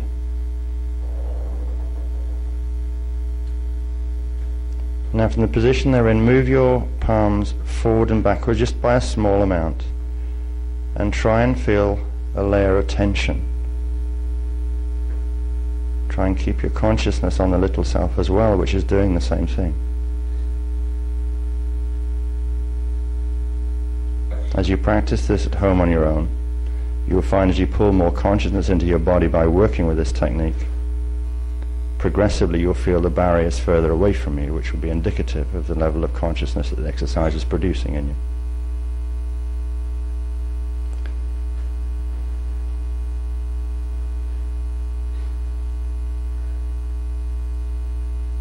Now as you watch the little self, you notice that what it does is to draw its hands forward, and you're going to do the same thing at the same time, and to form a cup, as if when you're in school you're trying to cup water in the palms of your hands. You're going to copy your little self now, and what you do is you see your little self raising the palms up and over the crown.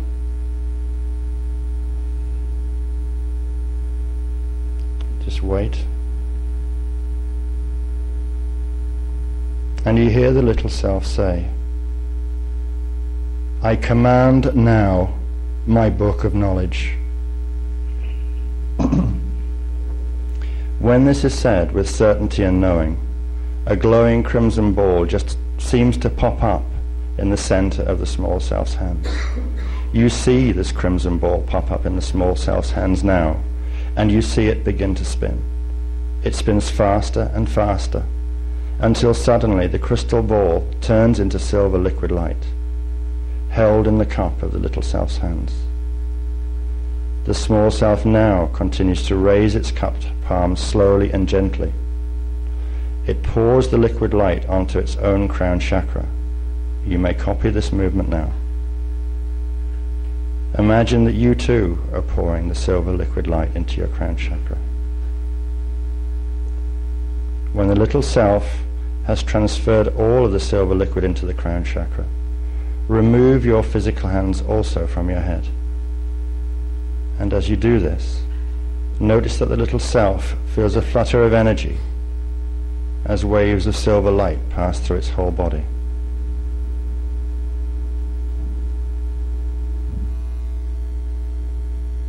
Just relax your hands now. Meanwhile, the crimson ball which appeared earlier is nestled in the heart center.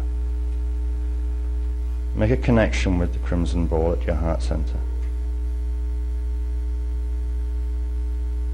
And then bring your attention back to your whole body and try to feel the sensation of tiny sparks of liquid silver light flooding through your own cells.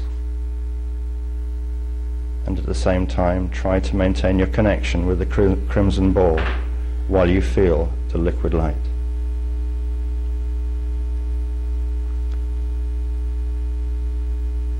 This crimson ball has the capacity to release locks on knowledge in an earthly capacity. Now, inhale, and on the exhale, breathe silver energy into the ball, making it expand. Repeat the inhale once or twice until you sense that the crimson ball has reached the size of a grapefruit.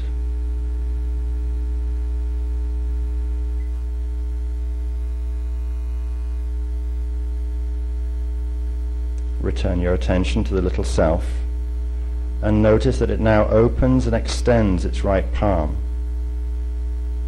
It is receiving a frequency key. The frequency key looks like an ancient golden key. Please copy what the little self has just done. Open your right palm and hold it forwards. Try to feel the fuzzy presence an inch or so above your palm, where the symbol key is now manifesting in the astral. Notice that the little self has now put its palms together. It's transferring a mirror image of the symbol key into the left palm. When you do this at home, from time to time the color of the key will change, though the key itself will remain the same.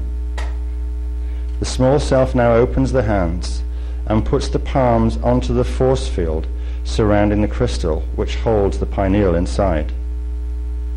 It transfers the symbols into the force field. Now, bring the back of your physical hands back up to your shoulders in the position you used a few minutes ago. Feel the force field of the crystal. Inhale, and on the exhale, transfer the symbols into the field. Doing this will temporarily release resistance in the field and allow what is present to move through you. The small body now removes its hands from the force field around the crystal and simply walks through it into the multifaceted pineal crystal at the center of the crystal temple. Try to sense or feel the swoosh as the little self enters. And you follow, discovering that the force field is easy to pass through. As you move inside the temple, you notice that it has grown huge. In the center, you notice a tiny gold and silver box. It sits in a small pool of light, surrounded by deep blue sapphire light. This box holds the jewel you are seeking. The little self knows the route to this box, and you follow any path that the little self takes. Everything around you is delightful, and everywhere is surrounded by deep blue sapphire light. You move forward, drawn by the knowing of the small self, both of you together as if pulled by a magnetic beam. The tiny silver gold box, surrounded by deep blue sapphire light, grows closer and closer. The deep sapphire blue all around it is lush, rich, and alive. You reach the small silver gold box and pick it up. It feels warm and soft to your touch. You open the box. Rays of multicolored light radiate out, and you see the rays radiating from a small, perfectly formed crystal. The rays are the knowledge of self, flowing up to you from the core template. The small self picks up the crystal and puts it into its mouth. Copy this yourself. Feel the sensation of the tiny crystal on your tongue. Your small self swallows the crystal with no resistance at all, and the crystal moves down to the solar plexus chakra, seat of the 3D mind. Feel yourself swallow the crystal too, and feel it move down to your own solar plexus.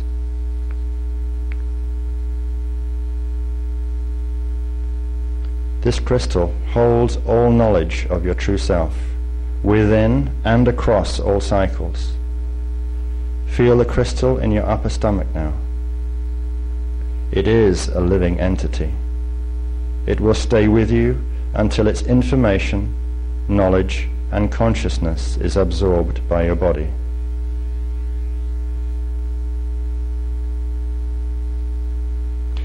When you have time and space to fully concentrate on the textures and the movements in this exercise, you will only need to perform it once. However, you have several keys available to you. Each one takes 6 months to absorb, working with a 3 to 6 day cycle. We urge you not to use it more frequently. During each 6 month cycle in meditation, simply return to the crystal point in the stomach, and the crystal will teach you the things you most need to know. Though this exercise can also enable you to open up very specific conduits of data. You can leave your small self in the temple to learn more, or you can bring it home, whichever feels more comfortable. This technique is also very useful as a walking exercise. It teaches your mind to be aware of the living presence of the crystal at all times. If you can sense its weight, feel it as much as you possibly can, as often as you can. In your waking awareness, the crystal provides much information pertinent to your state of focus at any given moment, and will provide much support and guidance. Thank you.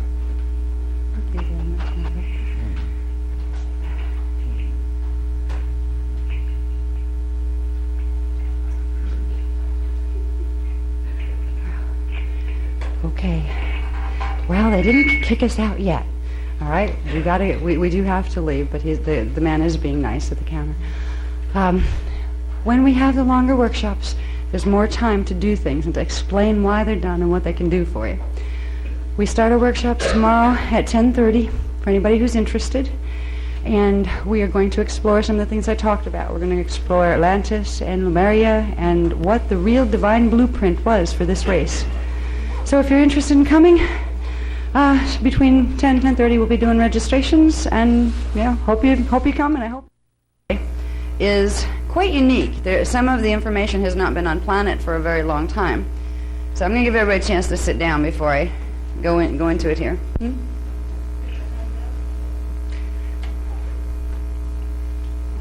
feel like I'm in a corral. Okay, I'm going to have to stand over here. Alrighty. Anyway, good morning, almost. Okay. The information that I'm planning to cover in the next 2 days, first of all, I'd like you to know that it's all very new. It's been given in the last basically 3-week period. And it's information that will end up in the second edition of Voyager Secrets of Amenti, but that's why the book is held up and nobody can get it right now, because the publisher is waiting for me to put the new data in. This information is being given to us for a reason. If it hadn't been for the fact that there's some serious issues that we're being asked to help with, they would have waited to give this information.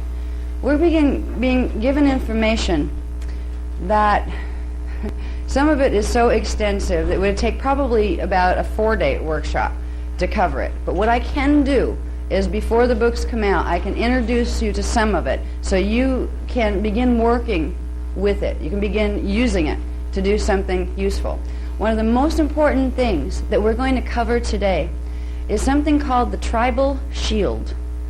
Now, we'll go through a few other things before we get to exactly what the tribal shield is, but we all are part of one. We all have one in our DNA template. So it's part of your DNA template, and it has to do with something called fire letters, which are the core template programs that run the DNA template.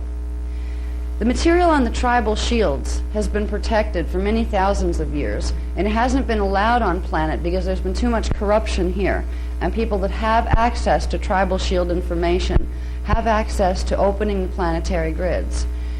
That can be very dangerous. That's why the information wasn't allowed here. But at this point, the grids are in real trouble because of what's happening with the Illuminati races. And if the information isn't given, there's not going to be anybody here that can try to fix it. So that's the reason we're being given this information. It has to do with planetary service, but at the same time, it's about personal service. The information on the tribal shields gives you the ability to wake up the core templates in the DNA, which will produce much more rapid activation of the 12-strand pattern, or if you happen to be an indigo, it'll be the 12-strand, then the 24, 36, 48, whatever your indigo imprint is. It is they are providing us with the fastest way to healthfully and naturally activate your DNA template. The DNA template is very important if you care about spiritual consciousness, or if you care about growing and putting more of your consciousness in your body.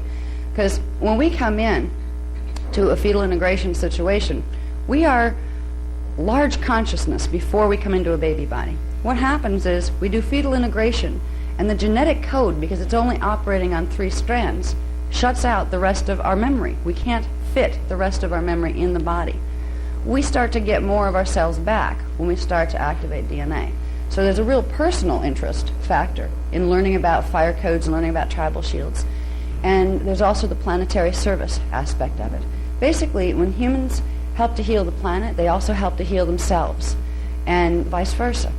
So when we're exploring planetary issues, they apply to you too on a personal level, that you can make changes in your personal lives with. Before we go into the mechanics of the tribal shield and what it does, there's some other questions that it's very important for us, if we're going to learn about tribal shields and the things that gives us the power to do.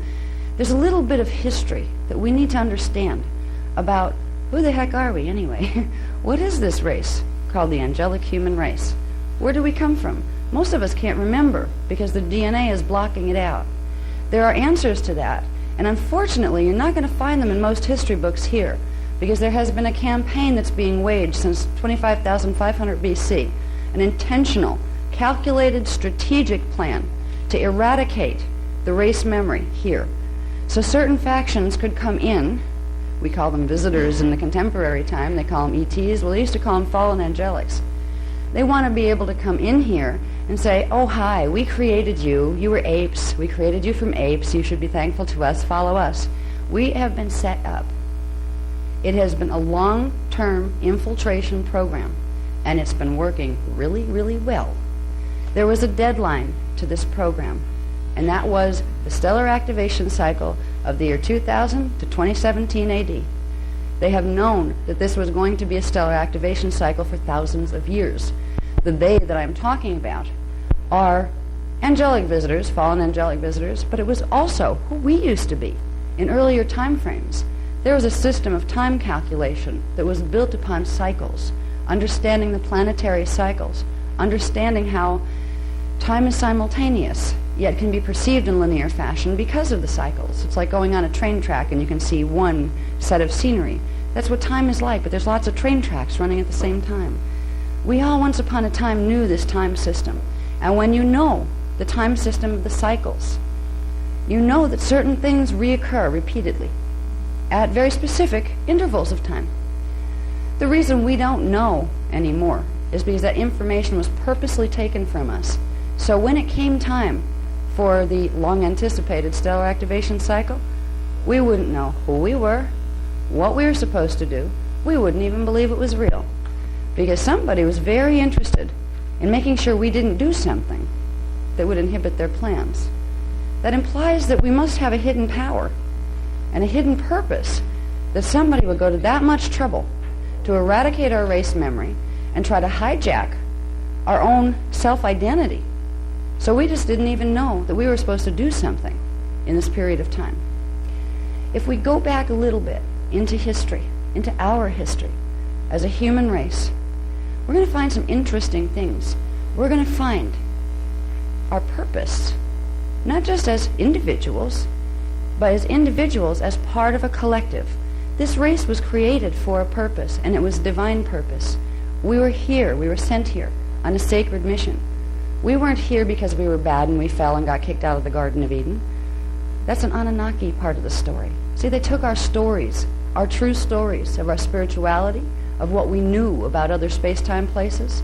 They took our relationship with God and they perverted it by putting other pieces of stories in there that weren't true. And we've been fed those stories for thousands of years.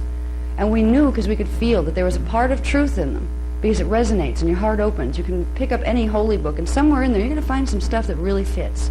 Yes, this must be a good book. What we didn't realize is part of the books were edited, and sometimes you'd have about 80% good stuff and 20% stuff that made it all mean something different. If we go back and look at our history, we will find what we were created to do. And what is really amazing, when this was shown to me recently, I saw the most beautiful, eloquent design. Humans were put here by design. And it was a design that was choreographed into different time cycles at the same time. As we move through this presentation, we're going to talk about something called the cycle of the rounds. The cycle of the rounds was the divine blueprint for the human evolutionary pattern. There were 4 rounds of evolutionary cycles on planet Earth. And through those 4 rounds, we were supposed to accomplish something. For ourselves, we'd get to experience the time down here, but we were supposed to accomplish something for the planet. When the mechanics of some of this was shown to me, I was just amazed at the intricacy of the design. Somebody up there is a creator. Yeah, it's like, this doesn't happen by accident. Big bangs don't create this. Each one of us right now, even though we forgot, even though we've had our identity and our history hidden from us, right now we are part of something called the cycle of the rounds. And there are other parts of our race that are planning to do certain things to help this planet in their time frames. They're depending on us to do ours. When we look at our race as it is right now on the planet, it's kind of lost. Everybody's fighting with each other. There's just problems all over the place. There's no peace anymore. There's no harmony anymore. There's pseudo-peace that's filled with tension. There's people worn out from working jobs they don't like. There's people starving in parts of the country, other people having like mansions all over the place. Really imbalance of stuff here. While we're so preoccupied with all this stuff, there are, in other time vectors that are connected to this, parts of this race that are waiting for us to do something. Because if we don't do our part, their parts aren't going to work either. So we're going to get into that. And in this, the personal significance in finding this information is realizing every one of you count. And you were counted when you came here. Just because you don't get that recognition out here in the way society is structured, you were created as a frequency carrier. And without that frequency, a part of the pattern falls apart. Each one of us is part of a divine pattern that was put here to do something, that we'll get into what that something is. It's a very specific mission we were sent on. So here, we'll get into it. First, I'll talk about the Magi Grail Line, the Angelic Human Heritage. The word Magi has several meanings. It basically comes out of an affiliation with a race called the Maharaji. The Maharaji are a density 2 race, which means from dimension 4, 5, 6. They are human. They are an advanced human. They are the original genetic code from which the contemporary Indigo Children come from. So they would have 24 to 48 strand DNA templates. They're blue. They're blue humans. They look a lot like us, but they're taller. They don't have much hair, but they are quite human, and they are a strain of humans that were created out of the same core seed race that we were created out of. They were created on Terra, just like we were, and they were seeded into Sirius B, where we were seeded into Earth and into Tara and Gaia. The Maharaji have served as guardians for us. They're not the only ones, but in density 2, they're the ones that have looked over us and tried to help us. They have literally come in here with spaceships and waged war with ones who are trying to stomp out our race. Some of that's recorded in the Mahabharata, which is a Sanskrit text that talks about certain wars when they came in with the ships, the flying ships. The blue people, some of the blue people aren't the Maharaji. Some of them are other strains that have mixed with negative factions of ETs or fallen angelics. They're involved with actually the Montauk Project, and they were involved with the Thule Society and the Nazi movement. These are not the same blue people. When I talk about the Maharaji, these are beings that have really one purpose for staying in manifestation, because it brings them joy to help, because they care. It's a way of their expressing love. So they've stuck around a lot. Now, Magi race lines are the human, the earth human version of the Maharaji. It's another name for an indigo child. Angelic humans come in several forms, and they're all just as blessed and just as important. The minimum DNA strand template that an angelic human has is 12 strand template. The Maharaji go from 13 up to 48 and anywhere in there. It wasn't, when the human races were created and seeded here, the differences in the gene codes weren't created to put somebody in charge over somebody smaller. The reason there were differences in the gene codes is because the whole group of us, as equal beings before entering manifestation, knew that the planetary grids could not sustain a full race that had 48 strand DNA templates. They needed certain amounts of 48 strand DNA templates to run certain frequencies here. But the grids couldn't hold a whole race that way. So some of us agreed to have the larger templates, and you got larger responsibility with it. And some of us agreed to take the smaller ones. But when these agreements were made, we were all equal and we knew it. Nobody looked down at, was angry because you have more than I do, and nobody looked down at the other because, I have more DNA than you. It wasn't like that. We were created as a team, and we worked as a team for a long time until we were taught not to. Now, the Maharaji and the Magi lines, this is the true genetic ascendancy of this race. What we have been programmed for many thousands of years now to believe is that we somehow have an affiliation with apes. We somehow came out of apes. This is not true. Tomorrow we're going to get into exactly where that came from. Because it came from the Anunnaki, because they're the ones that came out of apes, and they have been trying to make it look like we are a product of their genetic experimentation here, and that is not true. So we'll get into that a little bit tomorrow. But one thing we need to understand, all the things that you've learned about what it means to be human, all the things that you've been told from churches and religious systems that say you're a sinful race, you're bad, God's mad at you, you got kicked out of the Garden of Eden. These have been fed to us to make us lesser than what we are, because it was known that we are creators, and what we think we will manifest. Those who were messing with us knew that. So what did they get us to think? You're lowly, sinful, pathetic creatures, a step up from animals. Because if we believed it enough, we'd start acting that way. We've been tricked into using our own minds against ourselves. So one of the things, when we start exploring what is our potential, what are we here to do, and how can I make my own life better, you need to have enough freedom of mind to say, there's so much garbage that's been dumped here as far as ideas in the last 25,000 years. Might as well start over. Let's try some new ones. You don't have to be attached to them, but a lot of people get very attached to old ideas and old belief systems. Rather than saying, well, I'll take what's good there and what works and what's moving me into greater evolution, they're afraid to let go of the parts that are holding them back. You probably wouldn't be here if you fit into that category. Most people that listen to this work at all are not people who are stuck totally in the past where they're going to hold on to a doctrine or just one book. They want to know more. And I'm glad you're here. I'm glad you're the type of people who want to know more, because there's a ton of stuff to know. Okay. I just wanted to let you know that with the ascendancy, we didn't just come from Tara.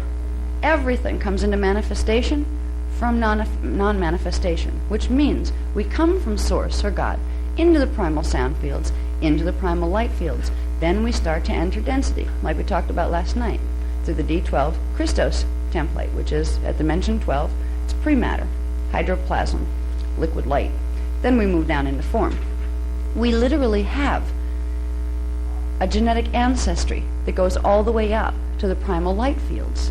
We are part of a family line. And what's happening on our planet right now, particularly if you're paying attention to the channels in the New Age movement, everybody's talking to Anunnakis these days. Palladians, by the way, happen to be Anunnaki.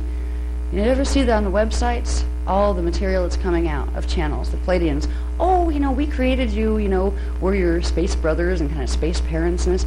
They are trying to make sure we don't remember our ascendancy, because if we do, we'll remember how to activate our DNA. It helps to know that, first of all, there are a group of beings called the Brennau. The Brennau are in density 5. They exist as wave form. Density 5 is dimensions 15, 14, and 13. That's the primal light fields, the Kirche light fields. So they exist as living conscious light, as gestalts of light, conscious light.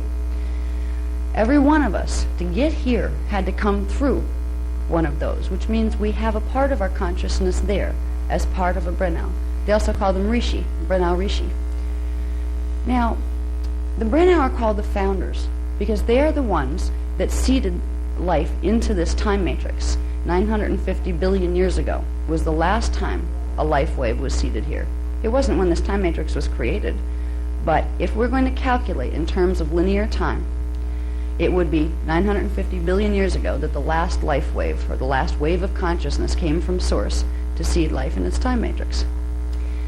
The Brennau are the founders in that they were the consciousness collectives that came in to the primal light fields and said, all right, we're gifted with the ability to create.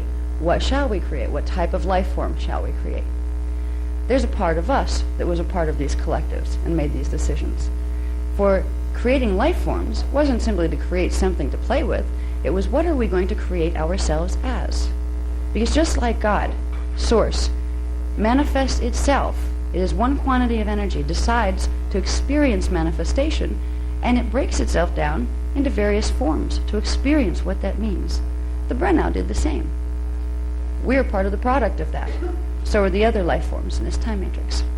So our genetic ascendancy comes from the Brennau founders in density 5 in the primal light fields. The next step down, if we're going to trace what's in our DNA template, now this is where you start to get differentiation. Other races went different ways, like Anunnaki are created in a completely different chain of genetic order. And it started from here, from density 4, which is dimensions 12, 11, and 10. They're the hydroplasmic liquid light fields, where you can actually take on form if you choose, but it's kind of like, what was it, the old Terminator movie where they had the silver guy who could melt himself down into a puddle and then turn himself back up? It's kind of like that. It's a form where you can take on form just by the thought. You can take on whatever form you desire by thinking that form, and your matter substance, which is pre-matter, will conform to that thought. There's a part of us stationed there right now. That's our Christos level self. There are Christos founders races that are in density 4, and there are many different types of them. The type that we came out of are called the Anahazi. That's not Anunnaki.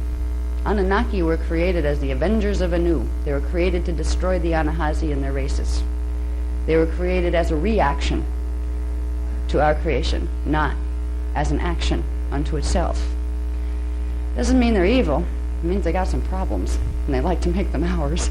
But Anahazi are Elohai Elohim. There, you hear the word Elohim a lot out there in different spiritual teachings. What most people don't realize is there are different families of Elohim.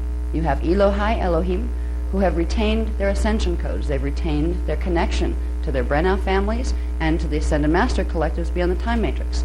There are Anu Elohim, who severed their connection, and they are literally running what is called an anti-Christos DNA template.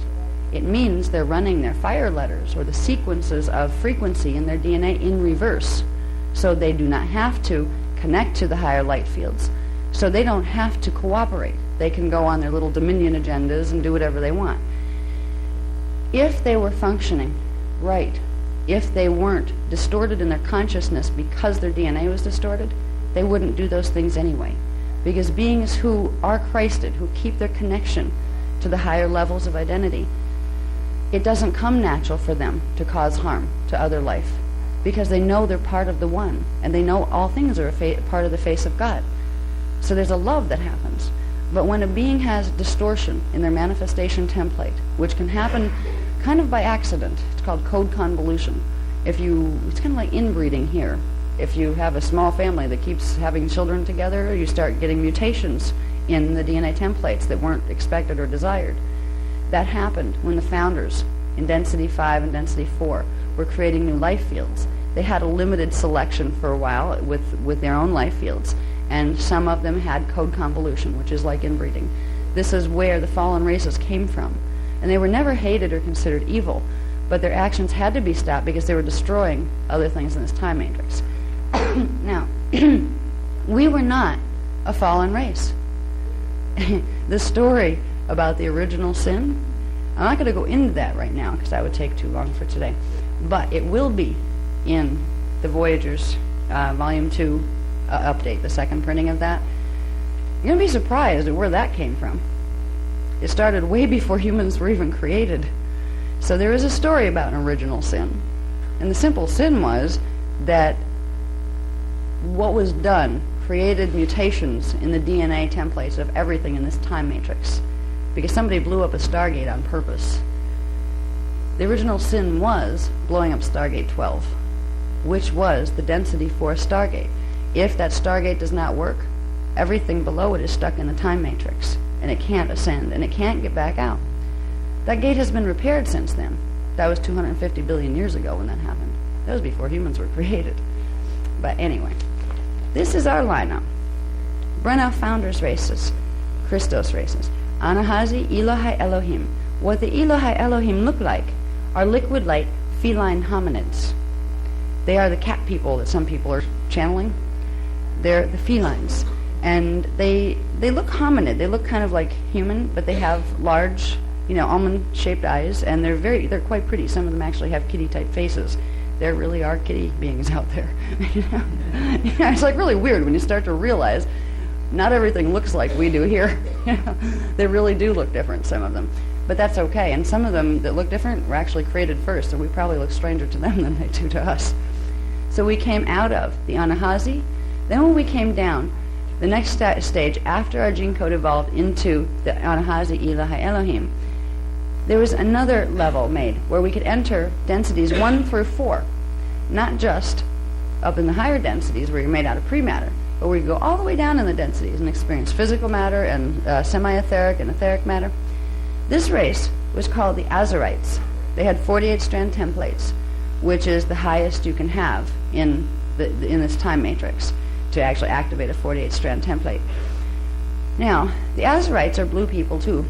They were actually the first blue people, and they were a combination that was a coevolution agreement between 3 different families of the Brennau founders that put their codes together and created kind of like a super race. They created it for a reason, to serve as guardians in this time matrix. They created it after the destruction of Stargate 12 because somebody had to be put on security patrol here before the fallen angelics totally ripped the whole time matrix apart. So the Azarites were created as the Azarite Universal Security Team. This is the lineage out of which humans came as we came down the chain. Now, the Azarites were placed in dimensions, densities 1 through 4 in all the locations near the 12 primary stargates. So they were basically the security team. They're still around too. They're some of the ones visiting here. So you have the Maharaji blue people from Sirius B that have more human in them, and then you have the Azarites that were actually, that's where the Maharaji came out of. That's where they got their blue coloring from. So we came down through the Azarites. Then there's a race called the Oraphim. This is our official host race, the seed race that we came out of. The Oraphim was a DNA template that was made by combining the Azarites, again, with the Anahazi. So strengthening the Lyran codes, because these are Lyran races. The Anahazi Ilahi Elohim, they're from the Lyra star system, if you were going to look at it in terms of the star systems, but they're in density 4. So this and this were combined again to create this, Oraphim. The word Oraphim meant sons of light.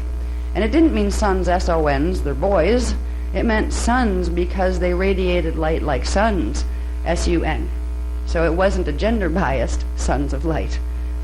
The Oraphim had 24 to 48 strand DNA templates. These were the races that were seated on Gaia and Tara, where we came from. They broke their DNA templates down a bit so they could downstep into the lower densities, and first they created what's called the Turaneusiam, Angelic Human 12-strand. So out of the 24 to 48 strands, they reduced it a bit into a 12-strand DNA template, which allowed them to go a little bit deeper into the densities in density 2. From the Turaneusiam, which were created on Tara in density 2, Earth's counterpart in density 2, this is where the 12 tribes, angelic humans that were seated on Earth, came from. This is our ancestry. People run around trying to figure out who their, what their genealogy is, what family they might have come out of here, but we never stop to think, where'd the whole bunch of us come out of? Because this is what's important, because we find out where we came from. We might find out why we came and how to get back where it is we came from. Okay? So we came down this chain of ancestry. We carry the DNA template coding of these races within our templates right now. We can put the next one on, please. Thank you. Let me see if I need the next one. Okay. Now, the last one we left off on talking about was the Turaneusiam. The Turaneusiam of Tara. For people who have read Voyagers Volume 2, Secrets of Amente, even the original version of it, we talk about the Turaneusiam and how that race was seated here because there was a cataclysm on Tara. That's where the 12 tribes came from. In Amente, in that book, you will also find that there were 2 other seedings. The first one was 250 million years ago on this planet, and it was wiped out by fallen angelic infiltration and a war called the Electric Wars that decimated all of the races, and it was restart. They had to do it again. Seeding 2 was put in here about 3 million years ago, and by 846,000 BC, that was flattened. Guess who again? And when I talk about fallen angelics, basically 2 of our stellar kin, Draconian races and Anunnaki races. We are seeding 3. We are part of seeding 3 of the angelic human 12 tribes, Turaneusiam. Seeding 3 is very interesting because this is where we get closer. Where did we come from? Okay, let's just deal with our immediate seeding, because we know there's all these races on the planet. We know that our history tells us there were some guys back there that were called Neanderthal, there were some guys back there called Cro-Magnon, all sorts of different things. Like, what do they have to do with us? Who knows? Even the scientists aren't quite sure. If we look at where the evolution that got us to this point right here came from, we start to realize that all the races on the planet right now came out of this original seeding. All of the angelic human races came out of the seeding 3. Seeding 3 began in 798,000 BC. That's when it was officially started, after seeding 2 had been flattened earlier. Seeding 3 began with a race called the Palladia Urtite Cloister Magi Grail Lines. The Palladia Urtite Cloister races. Now the Urtite race was a host race that was created out of 2 strains of angelic humans from seeding 2 that had gone into exile in the Pleiades in density 2 when everything was getting blown up down here. They had come back. The remnants of that race had come back because they'd been commissioned to begin to start seeding 3, and they found a few survivors of some of the root races that were here from seeding 2 that they'd actually gone into inner Earth and they came back out. So they combined their gene codes and they created a race line called the Urtites that would serve as the host race. It would have all of the necessary DNA template codings that would go with the planetary grids, which we'll get into later. In that time period, they were breatharians.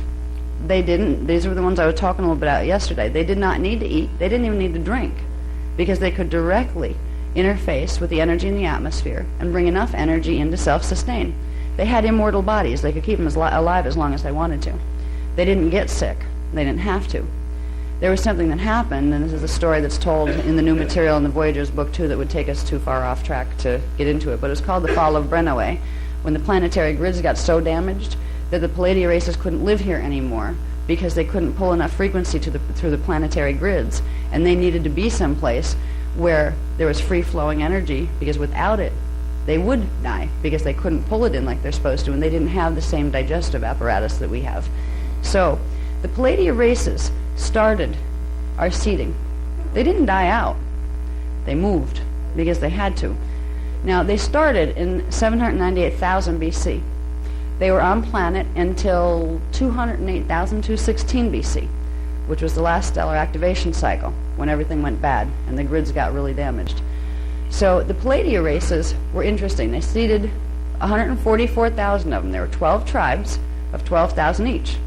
But the 12 tribes were seated in 24 different places. This is one really neat thing, that you can actually begin to find out what tribe of the 12 tribes you were part of, because every time, no matter how many times they had to be reseeded or resettled, the 12 tribes were seated in exactly the same locations, because the 12 tribes had DNA template coding that was keyed to the stargates. There are 12 primary stargates on the planet, and each of the 12 tribes carried the set of what's called fire letter or flame codes in the core DNA template that corresponded to the planetary grids that would allow them to hold and process the frequencies of one of the specific 12 stargates. So they were always seated in locations of the stargates to which their DNA template was calibrated. Now, for each stargate, there are 12. There's also an activation site that's even more important than the stargate itself, because it leads to the inner Earth stargates. So our activation points for our stargates that are located elsewhere are actually right over inner Earth stargates. Now, the races, the 12 tribes races, were put here as a guardian race. They were the security team for the Templar. And they lived I believe they're here about 10,000 years before, again, they were getting invaded all over the place. We have had a history of war here for literally millions of years because there are races that want the Halls of Amente stargates. And our race was commissioned as the guardians of the Halls of Amente stargates. So we were the targets because we were in the way. Now the Palladia races, we carry the coding in our DNA template that go with the Palladia races. These were the 5 Palladia races. There were 3 that are called Urtite Tricloister races, which now, in contemporary times, they are the Indigo type 1s. that are coming in. The Indigo Children, type 1s. There's 3 types. They're type 1s. They were the Mua race.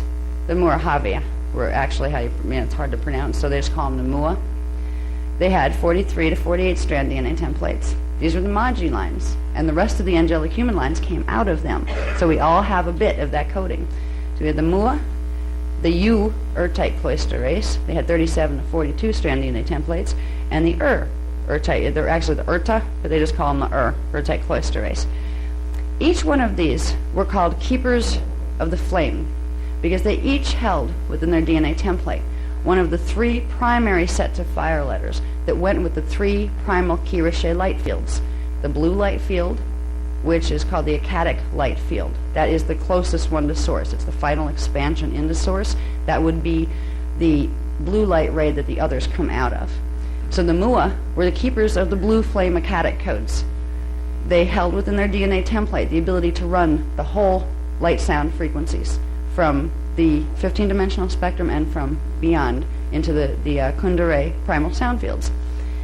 The U race had 37 to 42 strands. They were the gold flame keepers, which are called the polaric codes. These words, Akkadic, polaric, and triadic, refer to the 3 levels of what's called the energy matrix that exists beyond the 15-dimensional time matrix. You can look at it simply as if, let's say you have source here. This is source energy. This is God. Then you have 3 levels of individuation that God goes through and creates reality fields. These are the primal sound fields. First you have the Akkadic. That's the first level of individuation. Then you have the polaric. Then you have the triadic. And then you have the time matrix, where you get into the 3 primal light fields and everything inside of the primal light fields. So the Akkadic level represents first expansion. If you're going up, it would be your last expansion point into source. It's the closest to source. This one would be the next closest to source, and this one would be the 3rd closest to source. When we talk about codes, they are frequency patterns. They are fire letters that correspond to those frequencies in the primal light fields. So these 3 primary races were considered the keepers of those codes, and they were the ones that would anchor those frequencies into the planetary grids. They had the commission to do that. And later we'll get into why they had to do that. Somebody had to do that, because it gets into what our mission was, why we were sent here. Now, these 3 races came in at the same time, 798,000 BC. These came in with them. These were called bi-cloister races. There was the Brenoa Urtet Cloister, which was the Mua and the U put together. So it had part of the coding of each of those.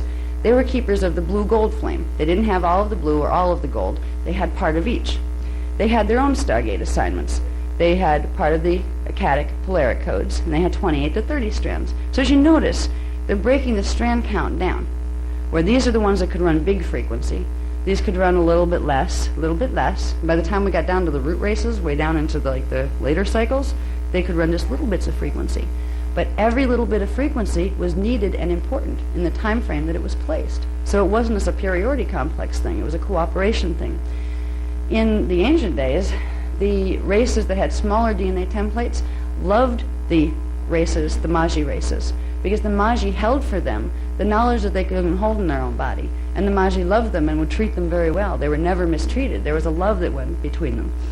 So these are the basic 5 races. We have Rama. Here's the last ones that came out of the 5 Palladia Urtet cloisters. The Rama races. That was the U race plus the race. They are keepers of the gold-violet flame. They had 24, sometimes 25 to 27 DNA strand templates.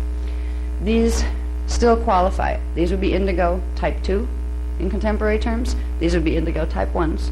They're coming back on the planet now because we're in a stellar activation cycle. That's why for the last 100 years, slowly, the Indigo Children that you hear about in the New Age movement, they have been coming in. This is who they are. They're the consciousness that was there. But as we go along, we're going to learn something really cool about the fact that they're not as much strangers as we think they are. Okay? We can go on to the next slide.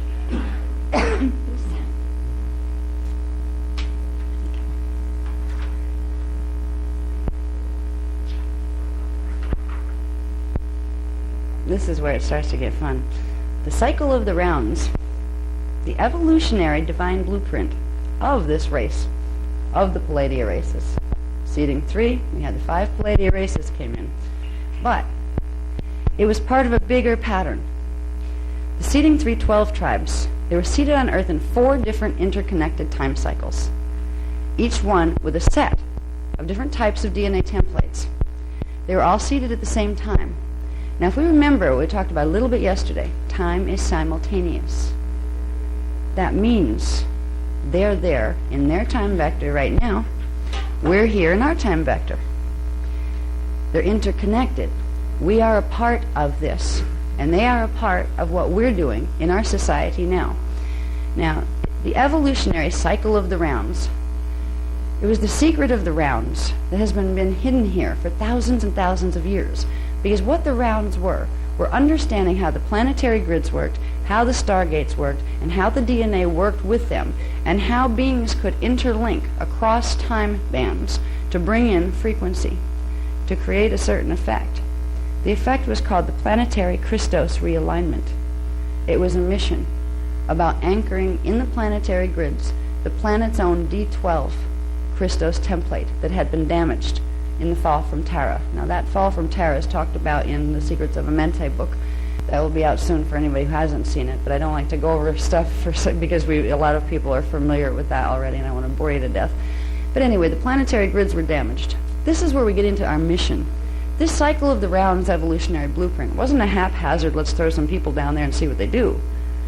We agreed to come in on a commission that would help restore the natural alignment of the fire letter sequences in Earth's planetary grids. Just like DNA templates, manifestation templates are built on fire letters, which are consolidated points of frequency. They're little frequency areas that hold very specific combinations of frequency into alignment, which creates the basic pattern upon which matter can manifest. Everything has fire letter sequences. Every biological form, every matter form. If you would look at it from a higher dimensional level, you would see it as an energy form. And if you looked into what structures are in that energy form, you would find little symbol codes. They look like symbols to your mind. What they are is mathematical encodings that are telling the wave bands, the frequency wave bands, how to cross through each other and how to interact with each other. They're controlling the rates of vibration and oscillation in energy patterns. So fire letters are the key element that forms the structure of matter. The planetary grids are composed of fire letters. There is a certain sequence of fire letters, 12-dimensional levels of fire letters, that the planet's supposed to function on when it's in alignment with its Christos template. If a planet comes out of alignment with its Christos template, what that means is it can't process the frequencies from the higher dimensional fields anymore. If it gets cut off, if the grids can't process more than D9 fire letters, you won't be able to get more than 9th dimensional frequency in there. That means you won't be able to have a Christed being walking on the planet, because a Christed being is a 12-dimensional being. When a planet gets in that condition, it's called being cut off from the grid. And unless it is reattached to its primal life force currents, it will become a finite planet, and so will the life fields on it. Because it won't be able to receive the light fields coming down from the Kirashe primal light fields. It won't be able to receive the sound frequencies coming down from the primal sound fields. These are the currents of perpetual consciousness that circulate through the time matrix all the time. But if a being or a planet can't pull those currents in anymore because there's a blockage in its own template, it progressively starts to lose energy because it can't have the natural flow anymore. When this happens on a planetary level, eventually, and it takes billions of years for it to happen, but eventually the planet feeds on itself, where it begins to grow more dense and more dense and more dense, and eventually it implodes and it becomes a black hole. And every time a black hole like that is made in the universal structure, it takes energy and throws it someplace else. That means the whole universal structure is affected to the point where it has a blockage now. It's not just the planet that's blocked. It's what used to be the planet that's not there anymore is now a hole that energy falls through. So it can cause a major problem. If you have a time matrix with 4 universes in it and you have a whole bunch of planets turning into black holes, you're going to lose the energy out of that universe. It's going to go someplace else in a disharmonic, chaotic form. And you're going to lose the life field in the time matrix. It will not be able to sustain life anymore. So when a planet gets in trouble like that, there are the guardian races, the Brennau from Density 5, and a group called the they call them Ascended Masters, but that term is horribly abused in the New Age movement, So I prefer their term that they call themselves, which is Janus. And it means of the unici, really. And the unici is the word they use for the central point, the one consciousness. That's their word for God. Doesn't matter what you call God, but they call themselves the Janus. They are beings that are stations of consciousness that never come into manifestation. They sustain the primal sound fields. And the primal sound fields are consciousness. And it is the consciousness of the Janus that gives the primal sound fields consciousness. So they are like the first expressions of Source. And they are like cosmic consciousness. When a time matrix or a planetary system gets in trouble, to the point where it's going to be jeopardizing other systems as well, there are teams sent in on the repair work. There are teams sent in to put it back to its natural primal order so the perpetual life cycle can continue. The human race was created as one of those teams. In fact, we were created to replace the original team, the Azarites that were created. The Azarites were created 250 billion years ago, and they got very tired. They were the same ascended masters coming into manifestation, serving as the galactic police. They got really tired with it. And they decided, let's have a new life wave come in of ones who ascended masters who want to come into flesh, and we'll take over, and we'll create a race form that will have even more advantages as far as the frequencies it can hold and the planetary systems it can go into. This is where humans, the decision to make humans was created. That's where we ended up, with crossing the Azarites with the Anahazi to make the Oraphim, to get the Turaneusiam out of them, to get us. So we were created with a very sacred mission. Had to do with this planet, but also had to do with guarding the universal stargates, the 12 dimensions of the universal stargates. Okay, now, back to the evolutionary rounds, because you're going to hear this a lot, the cycle of the rounds. And when I say that, I hope it'll jump in your mind, oh yeah, that's the evolutionary blueprint, the race evolutionary blueprint, because that's really all it is. It's not some big mysterious thing. But the cycle of the rounds are fascinating because it's an intertime connection that we have with 3 other rounds of evolution. They're aware of us. We're not aware of them yet. But we're in a stellar activation cycle when the timelines cross over each other and the timelines blend. This is when we can open to each other. And there may be a time, if things don't get rough here, when we'll actually be able to meet some of them. The funniest part is we'll be meeting ourselves. You know how you hear about reincarnation? Well, it puts a whole new twist on it if you take that and the concept of simultaneous time, all in the same boat. That means, wait a minute, I'm born and I die, but then I don't come back? No, it means you're born in several different places at once. And there is the possibility of, if those time vectors come together, you could actually meet yourself. And you would be looking at yourself and you would look different than you do here. But you would be able to recognize, oh, that's us. Yeah, that's us. We may have the opportunity to do that if things go well. We may be able to meet some of the races, some of the Palladia races that were seated here in 798,000 BC, because their time vector is still there. Time is a very interesting thing. It appears to move backwards and forwards, but it doesn't. It really just sits still. It's our consciousness that moves through it. The patterns of identity that are imbued in time are eternal. While we are here, our other selves will be here too. It gets a little tricky to try to even conceptualize it in a linear frame. That's why when I try to teach people a little bit about time, about how to get out of the linear focus, it helps to try things like astral projection. Or try to remember dreams when you find yourself in this kind of strange time space where it's larger. You just feel like your awareness is expanded, and time works a little different. Like you might find yourself dreaming 4 dreams all at the same time and standing back and going, yeah, I'm doing this, aren't I? This is more the real nature of time. Now, I'm not going to get into a heavy thing on time right now because it'll just be confusing, and it will take us out of where I want to go with this. Because what I want to do, before we have to leave tonight, I want to take you through some fascinating information that has to do with the 12 tribes. I want to expose a little trickery that's been done to this race and why it's been done. And I want to give what they gave me. I spent all night last night doing, because they finally gave it to me. These names, there are names, 12 names of 12 tribes that were the original names. The names are very important, and I won't tell you why yet, but we'll get to that. the importance has to do with sound and what sound does to DNA. And we'll come back to this now, and we'll get back to the tribal shield because that's where that's going. The evolutionary rounds, we are round 4. We are part of what is round 4. Now, oh, by the way, these things, you don't have to read them all. If you are interested in this, we'll have them as a chart pack by tomorrow. But it's because it was just, given to us last night. We hadn't have time. I would have been 3 more hours late if I waited at Kinko's. So this is available if you want it. Can I see the other one? This, God bless my husband, because he pasted this up for me yesterday. And this one. It's really easy. That was a lot of work. And it wouldn't be here if he hadn't helped. Okay. This, the cycle of the rounds for seeding 3. Remember, we're seeding 3 because the other 2 got wiped out. Now, over here, let me straighten it out just a little. Making me dizzy. Looking at it there. Is that a little straighter? I know. Okay. Now, we have round 1. We talked about a little bit, the 5 Palladia Earth-type Cloister races. Their cycle ran from 798,000 BC to 208,216 BC.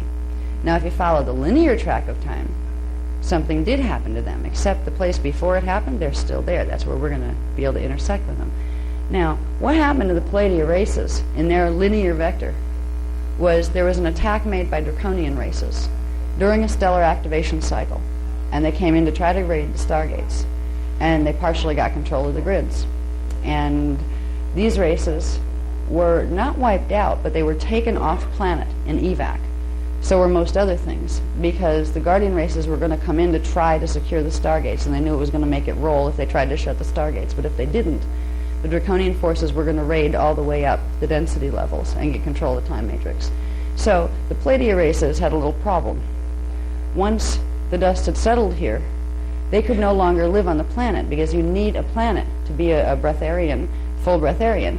You have to be on a planet that can run the D12 frequency, which is the Maharata current, because that's what sustained them. They could bring in enough frequency, the pre-matter liquid light, that it sustained their bodies. The grids got closed down to what's called a 10-code pulse. Now, the Maharata, when it runs through the grids, that would be called a 12-code pulse, a 12-dimensional frequency being able to run through the grids. 10-code pulse cut it off. 2 of the frequencies that are normally supposed to come in could not come in. The 8th dimensional frequency and the 12th were cut out. The breatharians couldn't live on the planet anymore, so they had to be put someplace else than they were. Now, the next one that came in were called the 5 Earth-type Cloister races. We lost the word Palladia, so these are just Earth-type Cloister races. They were seated back here, 208,100 BC. So that it didn't take them too long to get the grids restabilized that time, to put the races back on. But the Earth-type Cloister races, they came out of the Palladia races, but there were genetic adjustments made to them. The adjustments were so they could live on a 10-code planet, which means they had to have a biology that was capable of eating. Because if you can't bring in the Maharata current, you're not going to be able to self-sustain. You're going to need to consume something outside of yourself to sustain enough energy to keep your body alive.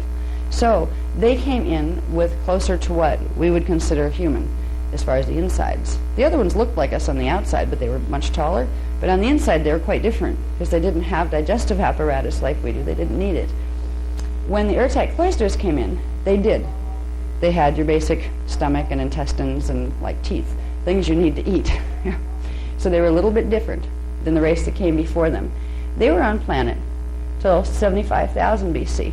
When there was another cataclysm, and right around there was another glacial period, because every time there was a major cataclysm that had anywhere near a stellar activation cycle potential, because stellar activation cycles can happen once every 26,556 years. Actually, the cycle is that long. It can actually happen at 4 different periods, but only one of those periods within that time period, and only under certain conditions. Every time we got near a potential stellar activation cycle, the place was raided. If we look back in our history and we find, oh, there was a glacial period here and oh, a glacial period there, 90% of the glacial periods didn't happen by accident. They happened either because we got raided and the grids were crashed, which throws the place into pole spin, and then the weather patterns go crazy because the electromagnetic fields go crazy for a while. Or there are several of them that were intentionally created to make races move out of certain areas where stargates were. So some of them were intentionally created. Once upon a time, there was something called firmament crystals in the Atlantian period, and way before that, even in the Palladia periods. They had a technology that could use selenite crystal rods that they brought in from Sirius B that are much bigger than the ones that you would find here, selenite crystal. They would erect them in certain ways corresponding to the stargates, and they would create what was called a hydrosuspension field. It was a way of atomizing water and freezing it quickly and suspending it into the atmosphere and making 2 layers of it with a heat layer in between. And if you regulated the frequencies coming from the selenite rods the right way, you would have climate control. You could have global climate control. If you wanted it to rain, you'd move the heat up in a certain area and it would create an interaction. That would create rainfall. Now, of course, if you keep doing that, you're going to deplete your hydrosuspension field. So there was a back kick that would draw literally ocean water up, desalinate it, and turn it back into the hydrosuspension field. However, it's great to have climate control on the planet. But if somebody doesn't like you and comes in and crashes your crystals, you're going to have big floods, and you're going to have grids going out of whack again. So there were several periods of glacial periods that were created for that because of that. They weren't accidents, they were intentional. Because the fallen angelics knew that, well, if we want that stargate and they're in our way, that's one way to get them out. You know?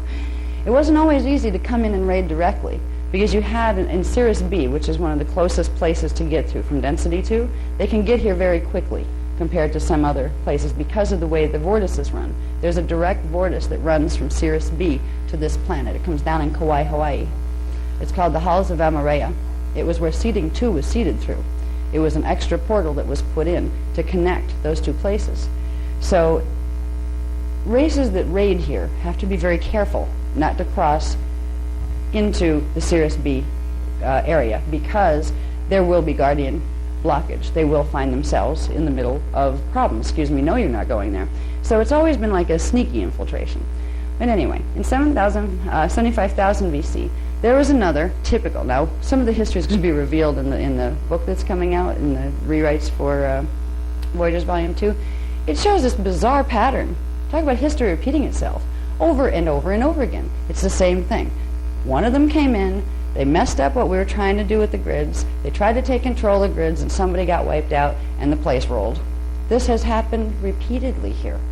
Okay, so again, the Urtite Cloister races, there are 5 of them, they went down. Most of them were evac'd. They were taken into inner Earth, and a lot of them just evolved from there. Now, round 3, 5 Cloister races. These guys, if you notice the strand counts, DNA, we started with 43 to 48, and they progressively got smaller, The round 2 were smaller than the round 1s. The round 3s are smaller. Here we're getting into, there's the 12-strand pattern.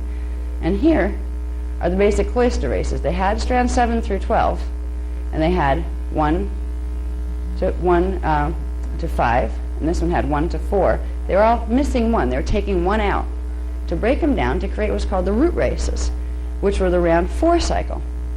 If you also notice, down here, you have these guys, the Palladia races, some of them incarnated with modified form with these. So you had round 1 and 2 combining. Then you had rounds 1, 2, and 3 combining here. So you had little bits of the other 2 coming in with these. By the time you got to round 4, you had rounds 1, 2, 3, and 4, along with the root races. So right now, in our race cycle, that really started in 71,000 BC, that's when the root races started to be put here. We have literally all of those. We fit into one of those. One of those is our family line. Over here we have the blue flame races. In this middle one we have the blue gold. In the total center one we have the gold, and we have the gold violet and the violet. This can tell you some interesting things about the way the evolutionary blueprint was structured. There is an eloquent design to this, and you're part of that design. Your DNA template has a place within this. Now, can we move to the next one? Thank you. Now we're going to get into the sacred mission that has to do with that design, with the fact that you're part of that 4 rounds, those 4 different rounds of the evolutionary cycles of the rounds. Angelic Humanity's original sacred mission. We were supposed to correct the fire letter sequences in Earth's planetary shields. This, I mentioned before, was called the Christos Realignment Mission. It wasn't supposed to be hard. It wouldn't be hard if we hadn't been zapped and we don't remember who we are or how to do it. It sounds, most people, if you tried to tell this to people on the street, they'd be like, huh? DNA, what's that? You know, some of them know what DNA is, but what do you mean DNA in planetary grids? We've lost touch with our connection to the Earth that was always there. That was done on purpose because we have a purpose here. We're in a stellar activation cycle now. There are probabilities that are not the line of ones we came out of in the future, because if, as I was describing, in those other rounds, they met with a destiny that was not positive. They got invaded and the grids crashed.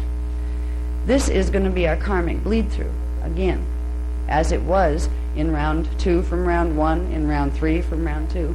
We have a chance to link with a whole different probability vector, which means there is a different set of time cycles and lines that are interwoven with this, but where it went right, where each one of those races didn't get flattened, where they did get their part of the Christos Realignment Mission done. We can end up as one of the ones that don't get it done, or we can shift our time continuum into an area where it was done, link our frequencies with theirs, they'll pull us up and out of it. This is what will stop a repeat of the history.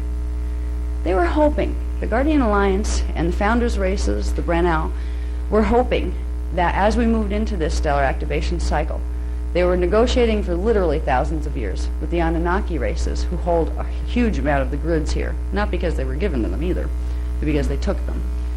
They were negotiating with them. Say, look, you have some of your races on the planet, we have ours. Why don't we do this peaceful? You know, if you let it roll, your guys are going to be killed too. They don't care. They'll just evac another settlement committee out. They agreed that they would assist, and they pulled out at the last minute. That's why all of a sudden, all this information is being given. In September, on September 12th of 2000, they broke the final agreement, and they joined with the Dracs, with the Draconian races, in a united resistance that issued an edict of war to the Guardian races. They said, it's war unless you pull out now. Take 50,000 of your Indigo Children out. We'll let you do that. Then leave the rest of them. Leave them alone. It wasn't a very good bargain. And you don't intimidate Guardians that way. They said no. And they said, fine. Then we're at war. Now, war there doesn't mean we're going to come in with big cannons. Not unless they get really desperate. What it means is they're going to play games behind the scenes. That's what's happening here. Right now, we're in a position that since 25,500 BC, the Nibiru and Anunnaki from density 2, actually Nibiru dips into density 1 cycles and then cycles back out through its orbit out by Siriusby, and it goes into density 2. So it's a planet that actually shifts in frequency from density 1 to density 2. When they come into density 1, that's when they terrorize us. They also have what's called a battle star that they like to also call their planet, so we never know when it's coming or when it's going. The battle star is put in the opposite orbit. So when the planet goes out on its 3,600 and some year orbit, the battle star comes in because they've been monitoring us for thousands of years. They got control of Stargate 4, which is the solar stargate that connects to Giza. That connects to Giza, Egypt here. Connects to the Great Pyramid, which used to be a teleport station before that was knocked out of alignment. As long as Nibiru is controlling the alignment of Earth's planetary magnetic fields, they will not be able to align the right way with the solar magnetic fields to be able to handle that universal life force current. Just like we talked about last night, we talked about having the Kirashe, the Maharata, and the Antankarana running through you. Well, the planet has it running through it too. Right now, instead of a vertical line, you have a vertical line coming down until you hit D4. Then it shifts over to Nibiru instead of being a straight line. And then it reverses, because Nibiru spins in a reverse orbit, because they reverse the fire letter sequences in their planetary grids. That's what they're trying to do here. There's only one thing that can stop them from doing it, because they've made a lot of advancement. Humans. Angelic humans. who remember that they have the DNA templates that go with the planetary grids that run the sequences in the right way. Humans who have the ability to hold D12 frequency, when Anunnaki can only hold 11 dimensions of frequency. Right now, we're being asked to fulfill our sacred mission because the angelic races and the fallen angelic races who have been at this for thousands of years are coming in for the final conflict. They have made so much progress, the fallen angelics, particularly the Anunnaki. Everybody thinks the Dracs are the bad guys. Well, they're not the great guys, for sure. But they have D10 consciousness. The Anunnaki races, the fallen angelic Anunnaki races, have D11 consciousness. It's a whole notch above. They're smarter, they're trickier.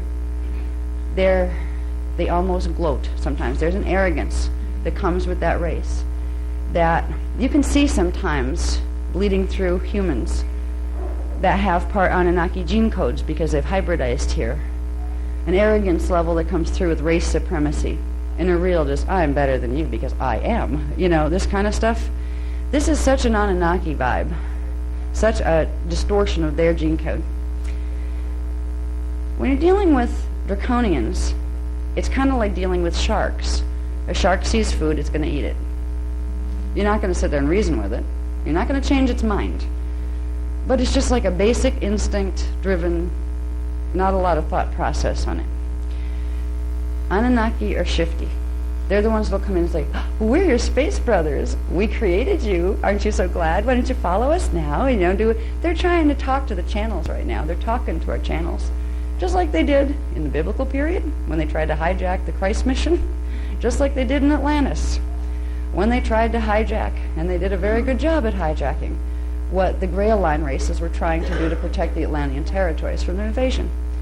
If you check out the internet, it's scary. Do you know how many people are talking to space people and all sorts of gods of ancient times? Everybody's talking these days through channels. Unfortunately, channels don't realize they have a 15-dimensional structure, and if they don't seal it to D12, anything can come in and call itself anything from D11 on down. They're being tricked. This is what they've done before. They don't come in. You have to be really not real intelligent if you just come in and raid something and say, we're going to take over your planet. No, you make friends with them. You know, we're your buddies. Here, we're helping you. Yeah, we'll give you some ascension mechanics, except we'll leave out the details about D12. You know, these kind of things. It's really scary what's going on here because you have mainstream population saying, oh, you know, New Agers are airheads, so don't listen to them. They don't know anything. Then you have the UFO people over here. They're saying, New Agers are airheads. You don't listen to them, but we see aliens. We see little grays running around. The New Agers point at them saying, oh, you're just fear-based consciousness. Nobody's listening to anybody. They're not putting the pieces together and realizing, yo, something's talking to people here. Something's flying in ships in the skies. Maybe we're being visited, and maybe they're not friendly. This is what's going on. There's not time left to try to take 25 years to convince the politicians or to convince the people in government that, you know, there might be a problem here. Part of them already know there's a problem here because they created it. Because in the 1930s they signed treaties with the Zeta races, which are a draconian-backed race. Then they got in over their heads because the Dracs decided to come in themselves. They didn't just send their little gray reps anymore. When they realized stellar activation was going down, when it was confirmed, that's when the big leagues came in. That's when our governments are not, I'm not saying the outer government, because the outer government doesn't know anything about this stuff. They hear the rumors and they think, how could that possibly be? Our government's good. You know, it's the interior world government that has pieces in every country. You know who they are? They're called the Leviathan races. They look like humans. But if you trace their gene codes back, you'll find a little Cro-Magnon there. You'll find a little Neanderthal in there too. Because they're part Anunnaki, and from the Anunnaki, the Draconians raided. Anunnaki couldn't originally interbreed with us because their templates were not compatible. They could hybridize, but most of the babies would die, or they'd be mutated some way.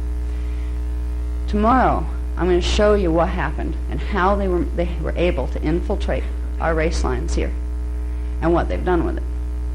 But for now, I just want you to realize we're not alone, not just out there, we're not alone here, but we can make a difference. It's not about making enemies. It's about realizing when there are races that are creating damage to other races, they're also creating damage to themselves. They're like children who got messed up. And you need to love them. Somebody's gotta. However, you also need to stop them from causing harm. Not going after them and killing them, but making it so they can't do the harm. We can do something here by learning to run the Stargate codes. There's something called, and this was what the Arthur legends, the King Arthur legends were all about, but they actually came out of Atlantis, and they actually came out of the Palladia races, 798,000 BC. They were called the Round Tables, the Rainbow Round Tables.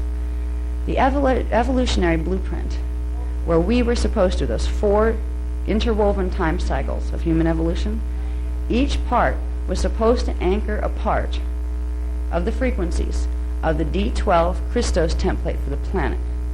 That D12 Christos template for the planet, its 4th density level, was called Aramatena. That was the name of Stargate 12. That was what the Earth-Terra-Gaia system was aligned with. The planet Aramatena is no longer there. It was a liquid light planet, and it was destroyed in 250 billion years ago when the Anu Elohim blew it up because we wouldn't destroy the Dracs for them. Very old battle.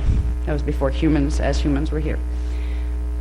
But what we're supposed to do in those 4 evolutionary rounds, including ours, is to anchor the frequencies of a quarter of that pattern. It isn't that hard. It's just remembering who we are. Remembering that, wow, our DNA does connect to the planetary grids, doesn't it? This is where we get into understanding enough technique where you can activate what's yours to activate. And when you do, it's not just helping the planet, it's helping you too. Because it's getting back what you've been searching for all along here. Once you get your Christos self back and you can walk around with 12 dimensions of consciousness, this is our potential, minimum of our potential. And once you do that, even if you're not an Indigo Child, you can go through genetic adjustments to expand that pattern. If we learn to run our DNA template consciously, that sounds impossible. I mean, scientists would laugh you right out the door. Yeah, right. They're still trying to figure out what's in a DNA template. They don't even know we have a DNA template. They know we have DNA. There's a difference. DNA is the stuff that manifests on top of the template. You can play with that all you want, but you're not going to the causal level. Dealing with the DNA template was supposed to be a conscious process. The Palladia races, the Urtite Cloister races, and the regular Cloister races all knew how to shut their DNA on and off. They could regulate the amount of primal life force current that would come through their bodies. They would be able to regulate when they would turn the D12 current on and when they would shut it off so they didn't overwhelm the grids. If they needed more frequency for healing, they would turn certain codes on and let it come through. If they wanted to go through a Stargate, they'd turn them all up and they'd demanifest here and pop up through the Stargate up in the next density level. They had full conscious control of this. And the they that I'm talking about are the other yous, the other me's, the other us's. We have incarnations here. We'll get into a little bit of that pattern of incarnations.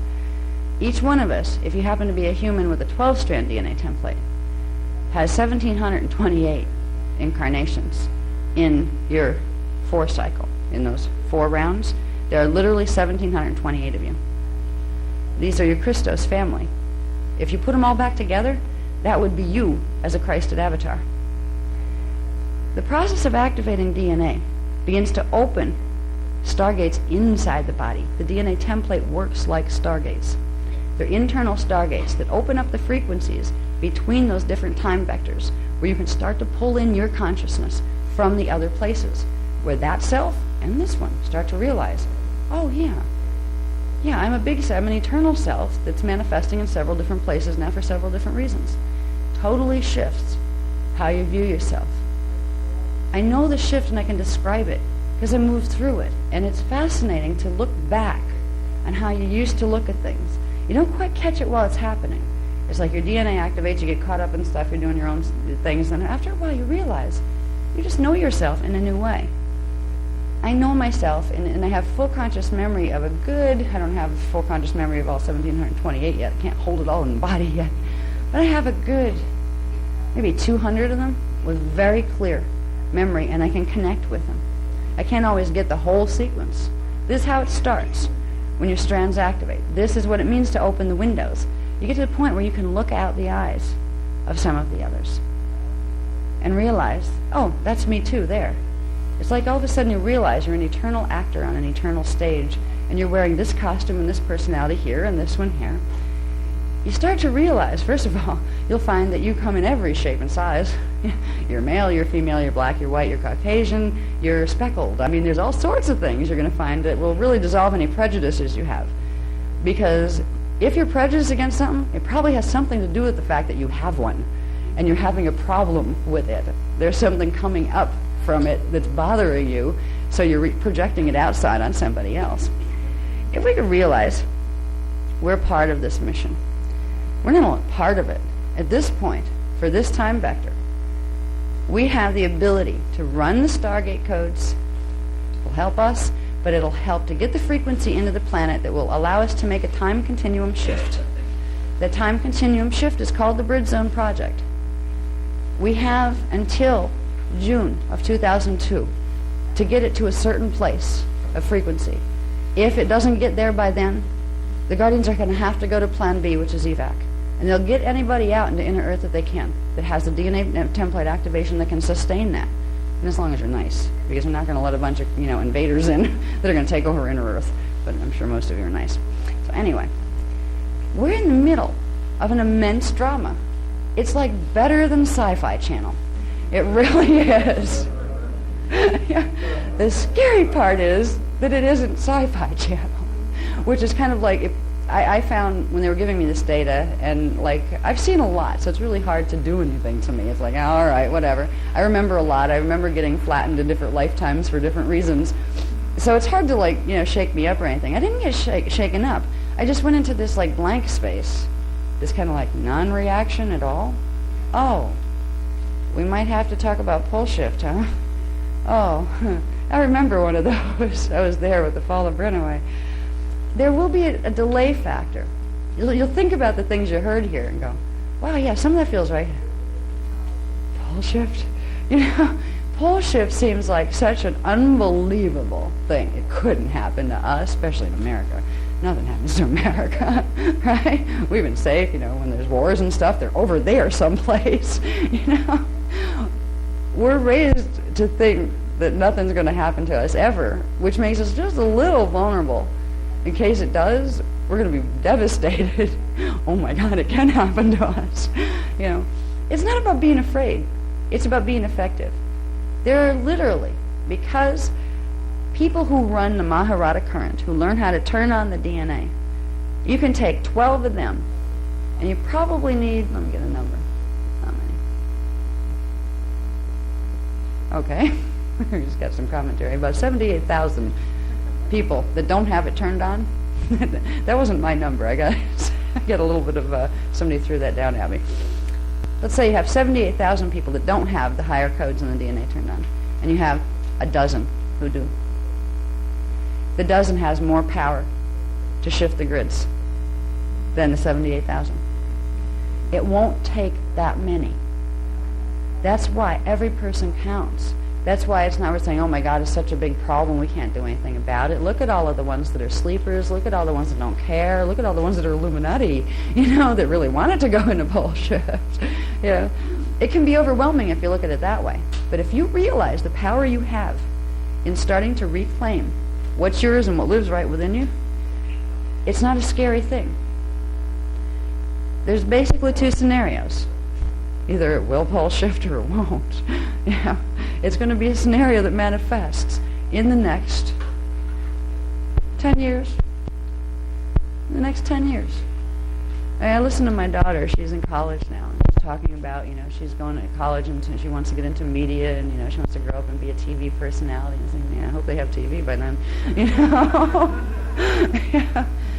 It's very hard to plan on exactly what you're going to do in 10 years.